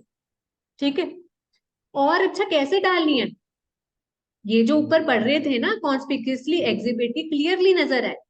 ठीक है, क्लियरली कैसे नजर आए, कहते जो भी आप लेटर्स यूज कर रहे हो ना, नेम ऑफ कंपनी या कंट्री लिखने के लिए, लेटर्स इजीली लेजिबल। अब ये दो वर्ड्स हैं यहाँ पे, कॉन्स्पिक्यूअसली और लेजिबल, क्या मतलब है, मतलब सेम है। हाँ, क्लियरली पढ़ सके, क्लियरली रीडेबल। ठीक है, इसका मतलब भी लिखवा दूं, क्लियरली रीडेबल। नहीं है ना, नहीं है ना रीडेबल। ठीक है, क्या करूं भाई, ये है ना, तभी तो अब टाइप करके लेके आती हूँ, है ना। चलो, हाँ जी, इन लेटर्स, आ जाओ आ जाओ। ठीक है, कहते किस में लिखना है, कौन सी भाषा में लिखना है आपको, कंपनी का नाम और कंट्री जहाँ पे उसने जन्म लिया। कहते क्लियरली किस लेटर्स में लिखो, इंग्लिश, एक तो इंग्लिश लैंग्वेज कहते, और दूसरी कौन सी, एक local, local language. Local language कहाँ की, जो जनरली यूज की जाती है जहाँ पे वो प्लेस ऑफ बिजनेस। अब जैसे यहाँ पर अगर फॉरेन कंपनी की बात हो रही तो नेम ऑफ कंपनी और कंट्री इंग्लिश में लिखेंगे, और इधर आसपास हिंदी यूज हो रही है ना, आपकी उधर पंजाबी यूज हो रही है, आपकी उधर हिमाचली यूज हो रही है, मतलब जो भी है, ठीक है, वो लिखना तो हिंदी में है ना हमने, मतलब हम हिंदी में लिखेंगे, उधर पंजाबी में लिख देंगे, ये चीज है। समझ आया। अब आगे देखो, ये तो थी बोर्ड वगैरह की बात। अब आगे डॉक्यूमेंट्स, कौन से डॉक्यूमेंट्स में छापना है कंपनी का नाम और कंट्री। ठीक है, देखो state in all business letter, bill head, letter head, मतलब आप क्या कर रहे हो, कोई भी तरह का लेटर बना रहे हो, कोई भी अपना बिल काट के दे रहे हो, या कोई भी आपने लेटर हेड बनाया हुआ, लेटर हेड पता है ना, जिसके ऊपर हम प्रिंट कर देते हैं, ऊपर वो बना होता है, जैसे नाम कंपनी का लिखा होता है, नीचे खाली होता है, वो छपाए होते हैं कंपनीज में बहुत सारे, कि उसके अंदर जो मर्जी कंटेंट लिख दो या प्रिंट कर लो। ठीक है, या कोई भी नोटिस भेजना है आपको किसी को, या कोई भी आप पब्लिकेशन या मैगजीन छाप रहे हो, कहते हैं उन सब में नेम और कंट्री मेंशन होना चाहिए। सारे place of business of India में है, वहां पे छपवाना चाहिए कंपनी का नाम, बाहर, और जो भी डॉक्यूमेंट्स है वहां पे भी छपवाना चाहिए कंपनी का नेम ऑफ कंट्री। यहाँ पे एक अलग पॉइंट है, क्या ये डॉक्यूमेंट्स में कौन सी भाषा में होने चाहिए, वहां पे भी दो दो भाषाओं में लिखें क्या, एक इंग्लिश और एक हिंदी। हाँ, बड़ा ही अजीब हो जाएगा कि डॉक्यूमेंट्स में भी दो दो लैंग्वेज चल रही है।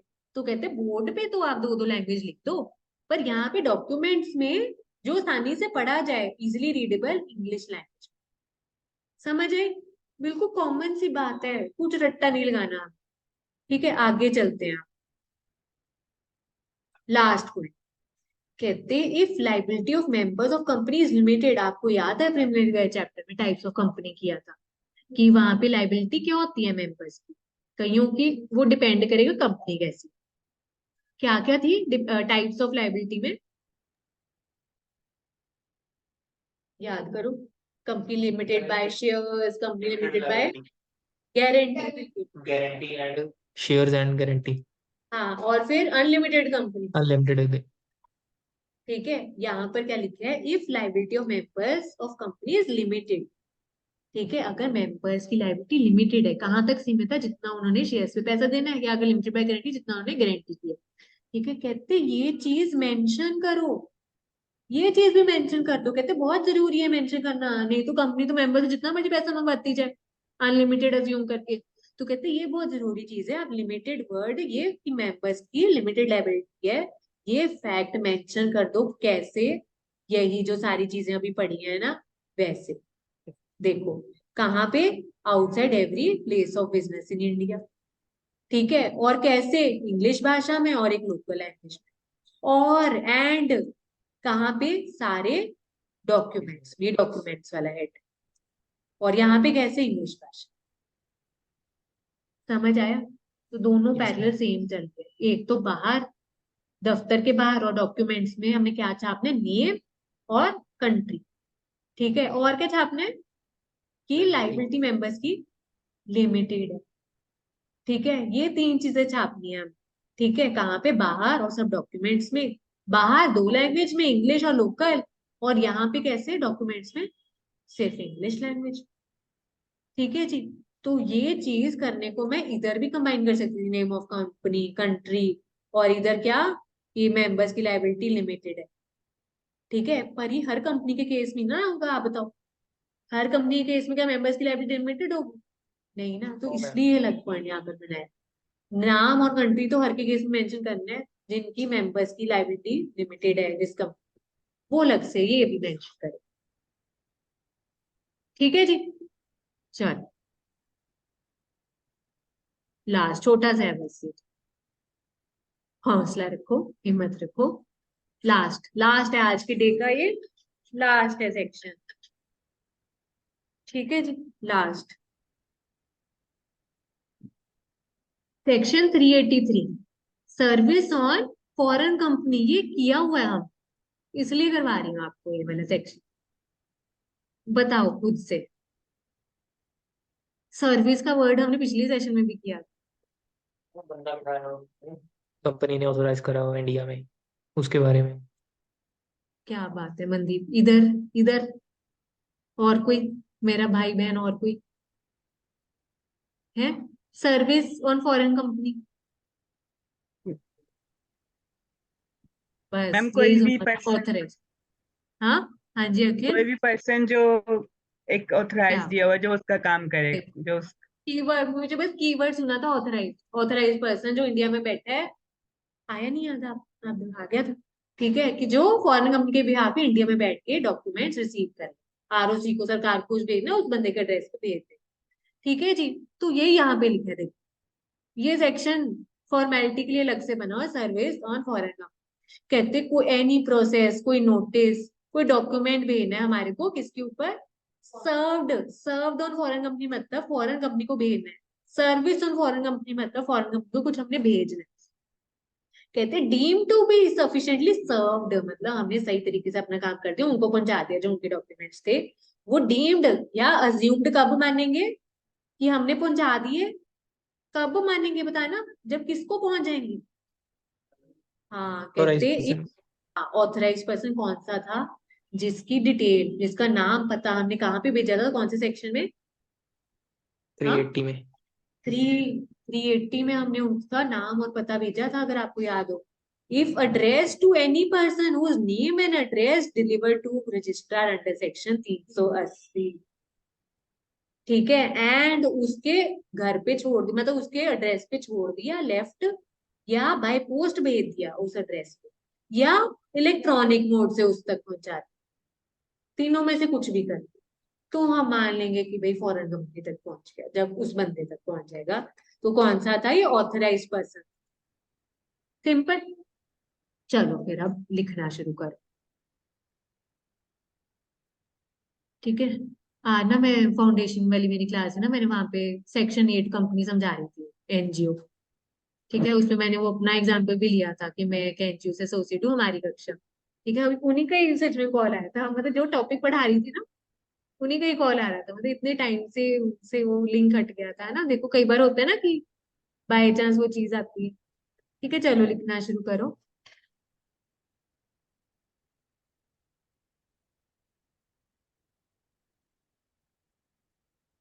तीन सेक्शन है और इतने भी बड़े बड़े नहीं है, हो जाएंगे आराम से, आधा घंटा है हमारा, थोड़ा सा बड़ा भी कर दूं क्या इस, चलो आप लिखो। मैम कितने कॉलम्स हैं इसके? हाँ, आपको पहले कंटेंट को पहले देख लो, जैसे भी आप लिख रहे हो, ठीक है, एक तो ये है, दो, 3 4, ठीक है, 4.5 है मेरी टाइपिंग के अकॉर्डिंग। ठीक है, तो इजीली आप अगर हॉरिजॉन्टल भी बना रहे हो ना, उसमें आप अपना आराम से 4 कॉलम में कन्वर्ट कर सकते हो हॉरिजॉन्टल पेज को, और इजीली आ जाएगा आप। ऑडिट वाले को अलग से चाहे ऊपर ना मार्जिन में घुसा देना, ऑडिट वाले में कुछ है भी नहीं है ज्यादा। ठीक है, हॉरिजॉन्टल बना रहे हो तो जैसे 4 कॉलम में डिवाइड कर सकते हो। ठीक है, चलो। अच्छा, जो बच्चे, अच्छा कोमल है यहाँ पर, और किसकी पहली क्लास है? अच्छा, कोमल करिए। कोमल, आप ये लिख रहे हो नोट्स? Yes ma'am. ये पिछली क्लास लगाई थी आपने, मतलब रिकॉर्डिंग देखी थी क्या? नहीं मैम, मैं आज देख लूंगी, इसको कर लेती हूँ, कभी इसका सारा कंप्लीट कर लूंगी फिर। हाँ, ये वाले चैप्टर से रेगुलर हो जाओ आप। ठीक है, ठीक है मैम। हाँ जी। और क्या कहते हैं, मतलब ऐसा करो, थोड़े से पेजेस एक तो स्टार्टिंग में छोड़ देना, हमने कुछ इंडेक्स बनाने हैं, कुछ बनाना है। ठीक है, और यस। पहली क्लास के लिए कितने पेजेस छोड़े, कितने पेजेस लगे हैं आपके पहली क्लास के अब तक ये चैप्टर के? मतलब आगे पीछे एक, अच्छा ठीक है, आगे पीछे एक मान के 3 पेजेस में बच्चों का आया हुआ, आप चाहे 4 छोड़ दो, ठीक। ठीक है मैम। 4 पेजेस छोड़ दो, आगे पीछे एक मान के मैं बोल रही हूँ। और स्टार्टिंग में भी छोड़ देना, वो इंडेक्स वगैरह बनाने हैं हमने। ठीक है, ओके मैम। और ना कोशिश करना कि जैसे अगर रजिस्टर कोई आपके पास अगर स्पाइरल वाला हो और अगर प्लेन पेजेस वाला हो, ठीक है, जी। तो यस फिर मैम। हम क्या करते हैं, वो आगे पीछे मोड़ना आसान होता है।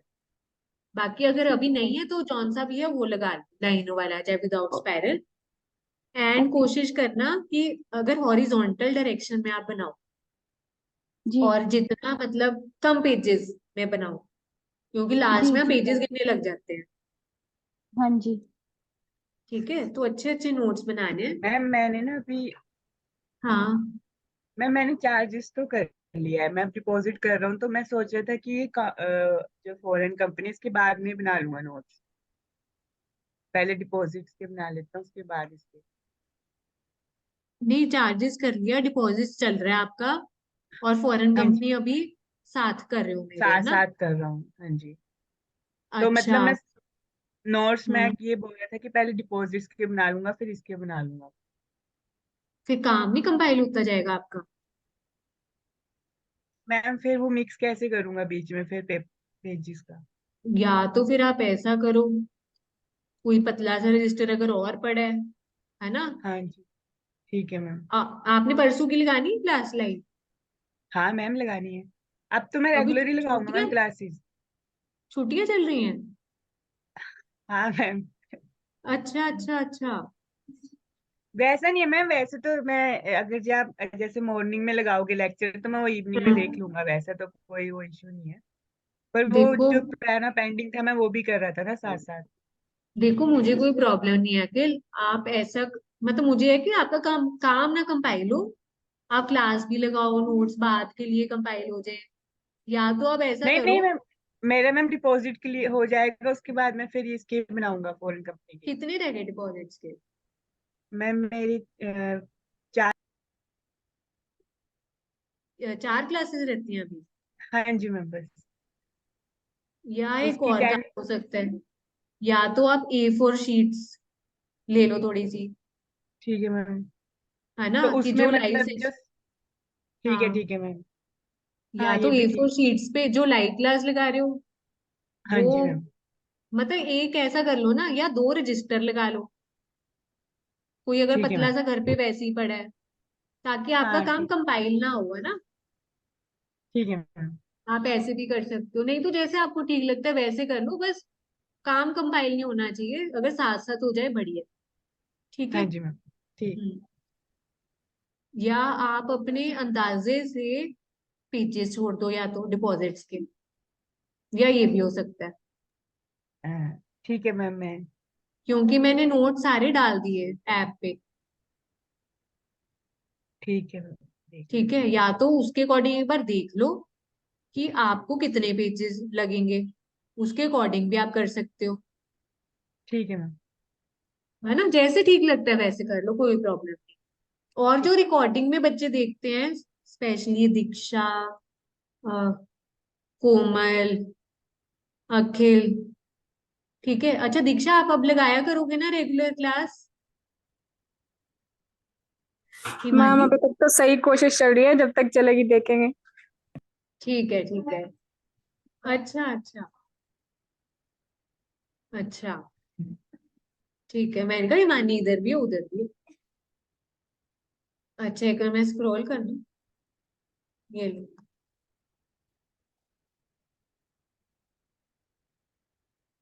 कोशिश करना दीक्षा जितनी आप लगा पाओ लाइव क्लासेस, तो ना मुझे भी पता चलता है कि बच्चा कर रहा है नहीं, नहीं तो वो पता ही नहीं चलता कि कर रहे हैं या नहीं बच्चे,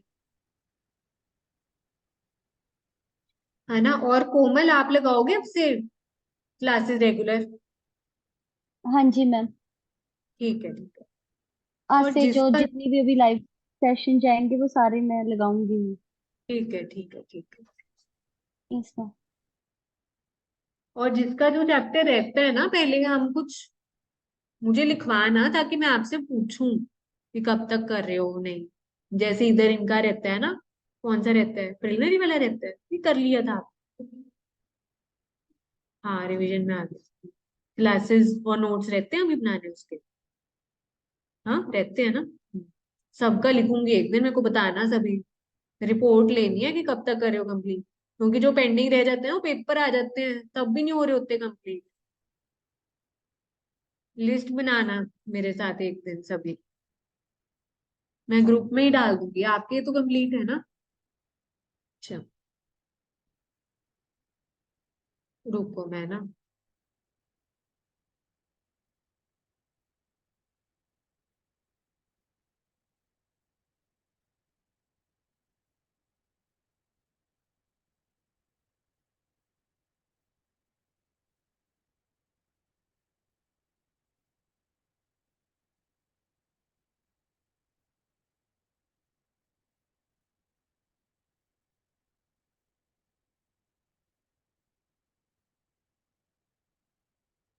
ये कौन ये ऊपर नहीं जा रहा है, एक मिनट रुको, एक मिनट।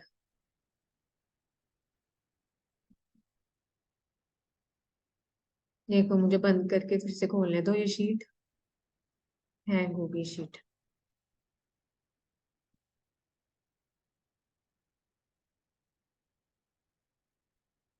हो गया।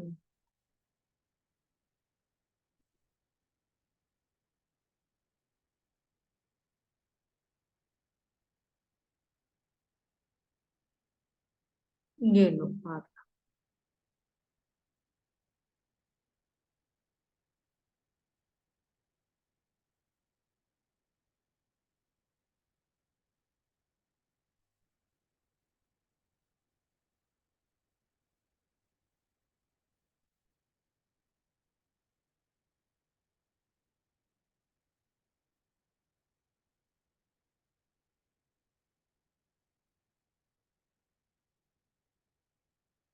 क्या हो गया है?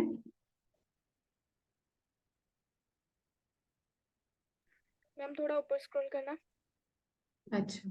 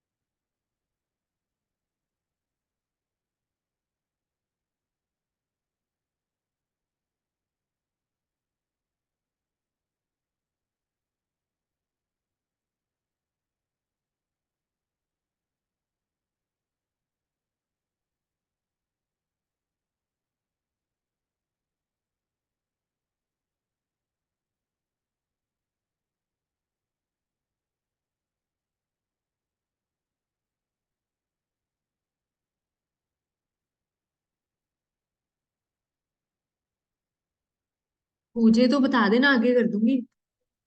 हो गया? कितना हो गया? हो कितना गया। रह गया? यस ठीक मैम, डन। है, ओके। Done ma'am. करो जी करो।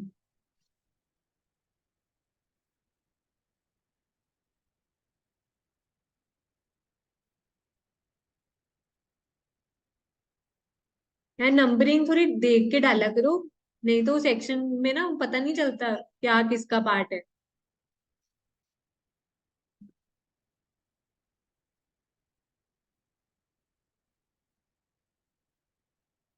यही वाला रहता है आपका ना?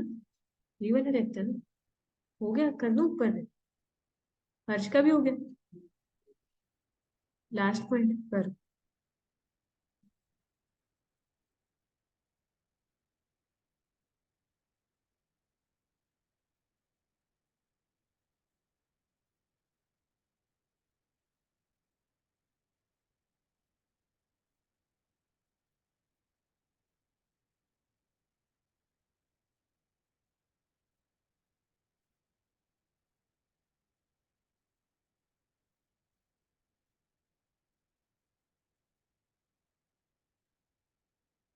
हो गया दोनों का?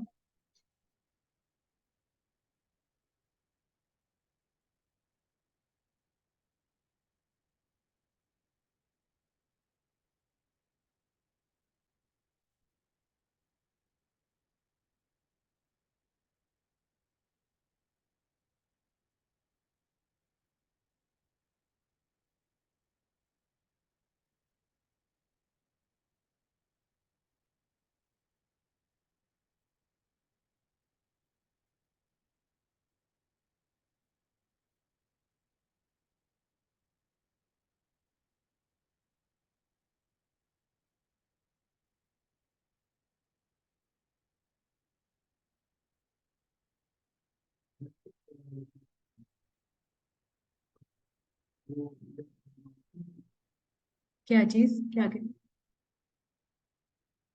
स्टार्टिंग में पूछ रहे हो? जो फर्स्ट लाइन लिखी हुई है उन्होंने? हाँ, वो उन्होंने लिखा जैसे फॉरेन कंपनीज का जरूरी नहीं है कि वहां के फॉरेन एक्ट के हिसाब से, जैसे हम तो 31 मार्च मानते हैं, फाइनेंशियल ईयर की डेफिनेशन में भी 241 वाली डेफिनेशन में 31 मैच मारने, कहते हैं वो चाहे कैलेंडर ईयर फॉलो करें चाहे 31 मैच वाला फॉलो करें, तो उनको यही वाली चीज फॉलो करनी ही पड़ेगी, जो इंडिया में बिजनेस चल रहा है उसको तो 31 मैच वाली फॉलो करना है, और न्यू ईयर के बाद वाला तो उसको अगले वाला, उसको यही वाला फॉलो करना। मेन फॉरेन कंपनी चाहे कैलेंडर ईयर माने चाहे 31 मैच वाला माने, वो हमारी कोई सिरदर्दी। वैसे कैलेंडर ईयर 31 दिसंबर को बोलते हैं, फाइनेंशियल ईयर हम बोलते हैं दूसरे 31 मार्च वाले, कैलेंडर ईयर दिसंबर को बोलते हैं। ठीक है, ठीक कह रहे हो।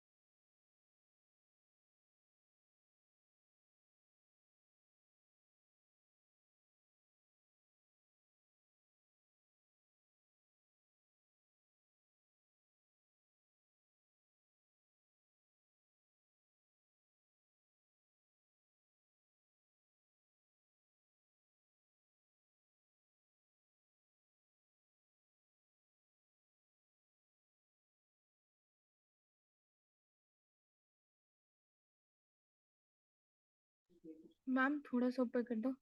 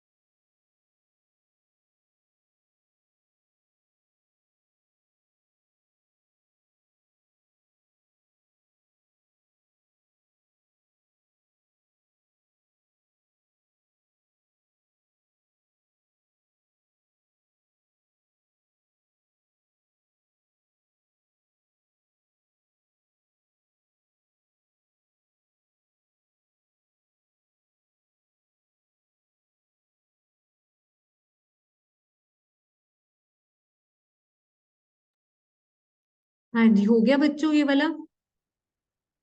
नहीं मैम थोड़ा सा करो करो।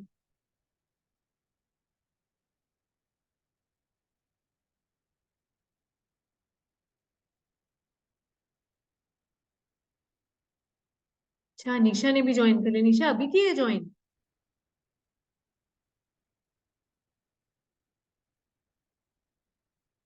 है निशा यहाँ पे? मुस्कान, मंदिर।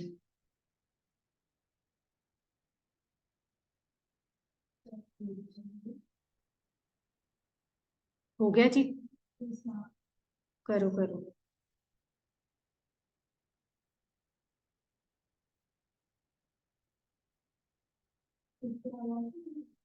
हम्म। मैम अभी पढ़ा ऑडिट है। वाले ना? अभी कर रहे हो? करो करो।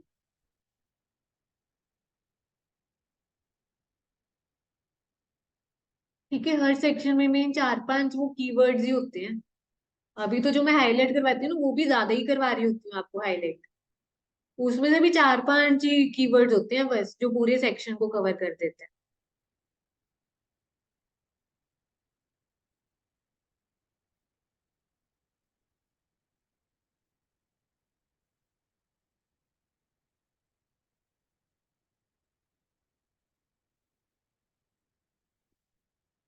एंड कोमल, जैसे हम ये नोट्स बना रहे हैं ना, जैसे जो न्यूमेरिक होती हैं, जैसे 3 months या 15%, 50%, ऐसे न्यूमेरिक वाली, उसको यस मतलब मैं मैम। ना हाईलाइट एक ग्रीन कलर से, ग्रीन कलर रखा हुआ हाईलाइट करने के लिए उसको। ठीक है। ओके। और जैसे, हाँ, जैसे फॉर्म नंबर है उसका अलग कलर का, मतलब हाईलाइट करूंगी अभी। मैं लिख रही हूँ ना, फिर हाईलाइट करने के बाद दिखता नहीं बच्चों को। हाईलाइट करूंगी अभी। ठीक है। ठीक है। ओके। एक ये न्यूमेरिक का अलग कलर रखा हुआ, फॉर्म्स का अलग कलर रखा हुआ, और एक कीवर्ड अंडरलाइन मतलब हाईलाइट करवा, 3 ठीक है हाईलाइट मैम। करवाते हो। चलो करो जी, आगे लिखो। आजो आजो, इधर इधर। चलो।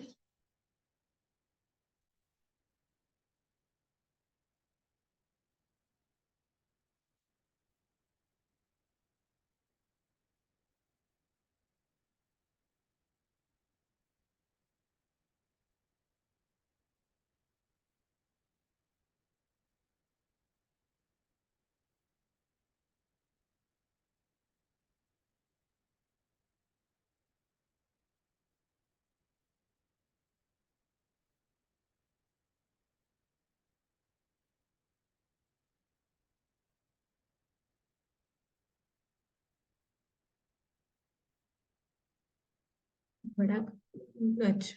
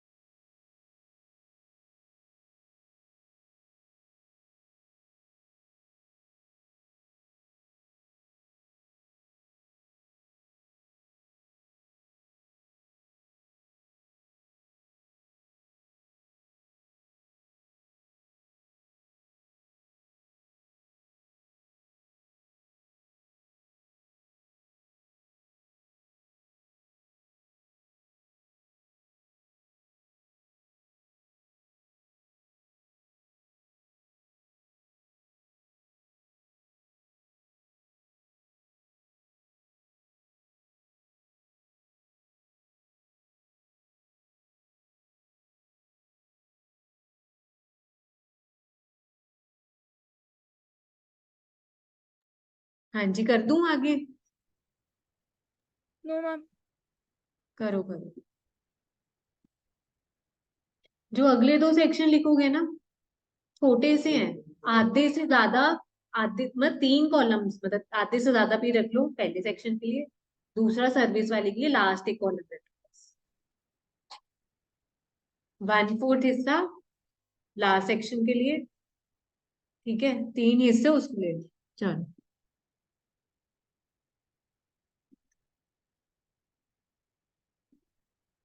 क्या हो गया सर? हमें भी नहीं पता, मुझे तो कल पता चला है कि सर।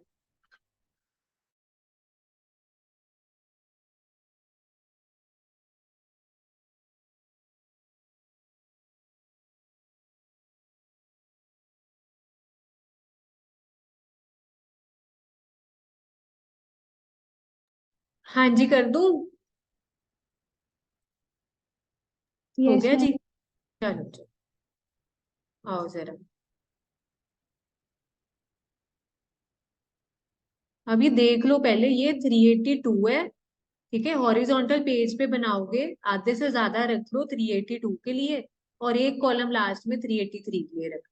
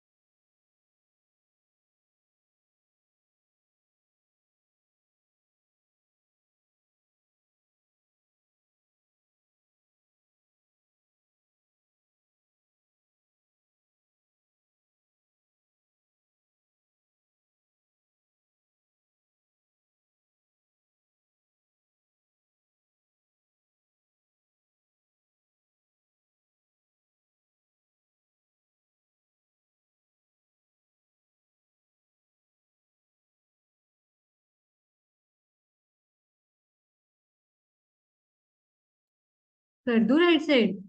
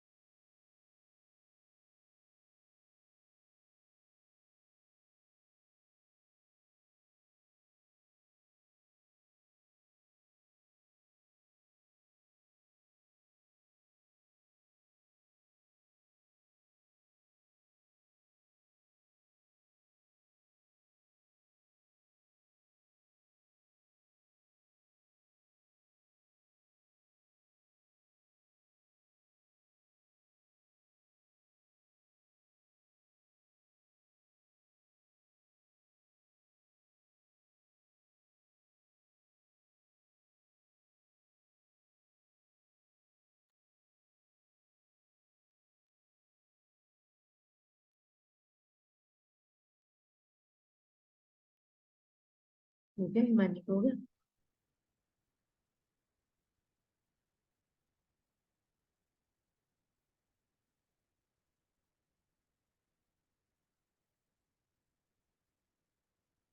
कितना रह गया लास्ट?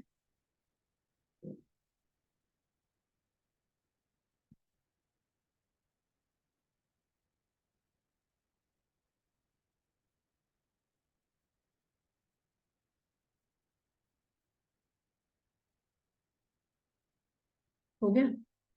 करो करो।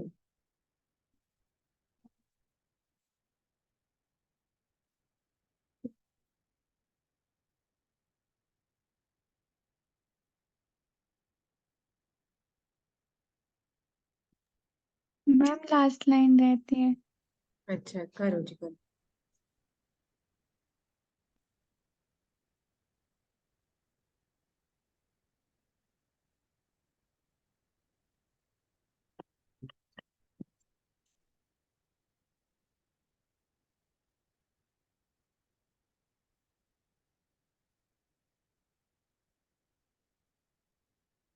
Done ma'am. हो गया? चलो आओ जी लास्ट पे आओ।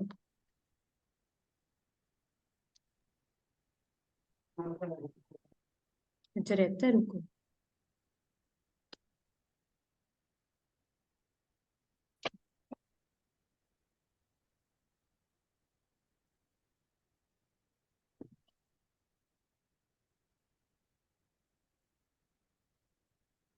Service on foreign company.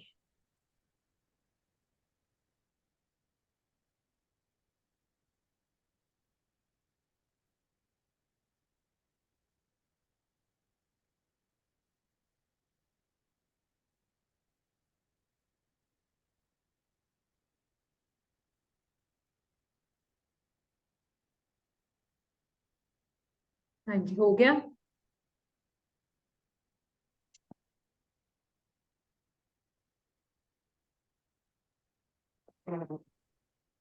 हो गया? अच्छा ये करो जी लास्ट सेक्शन।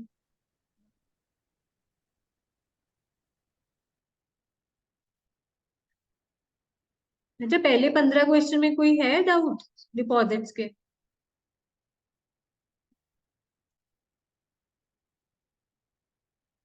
जिसने किए हैं किए नहीं तो डाउट। हाँ पहले क्वेश्चन में और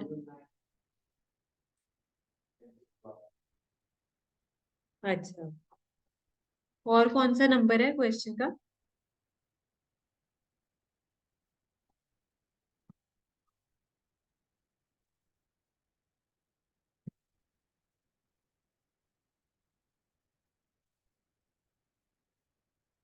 ठीक है पहली 15 कर लिए, अब नेक्स्ट क्लास में उसके नेक्स्ट 15 करके आने हैं।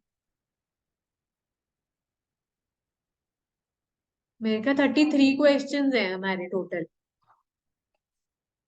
सारे कंप्लीट करके आने हैं अब नेक्स्ट क्लास में। क्या कहते हैं? किस लिए?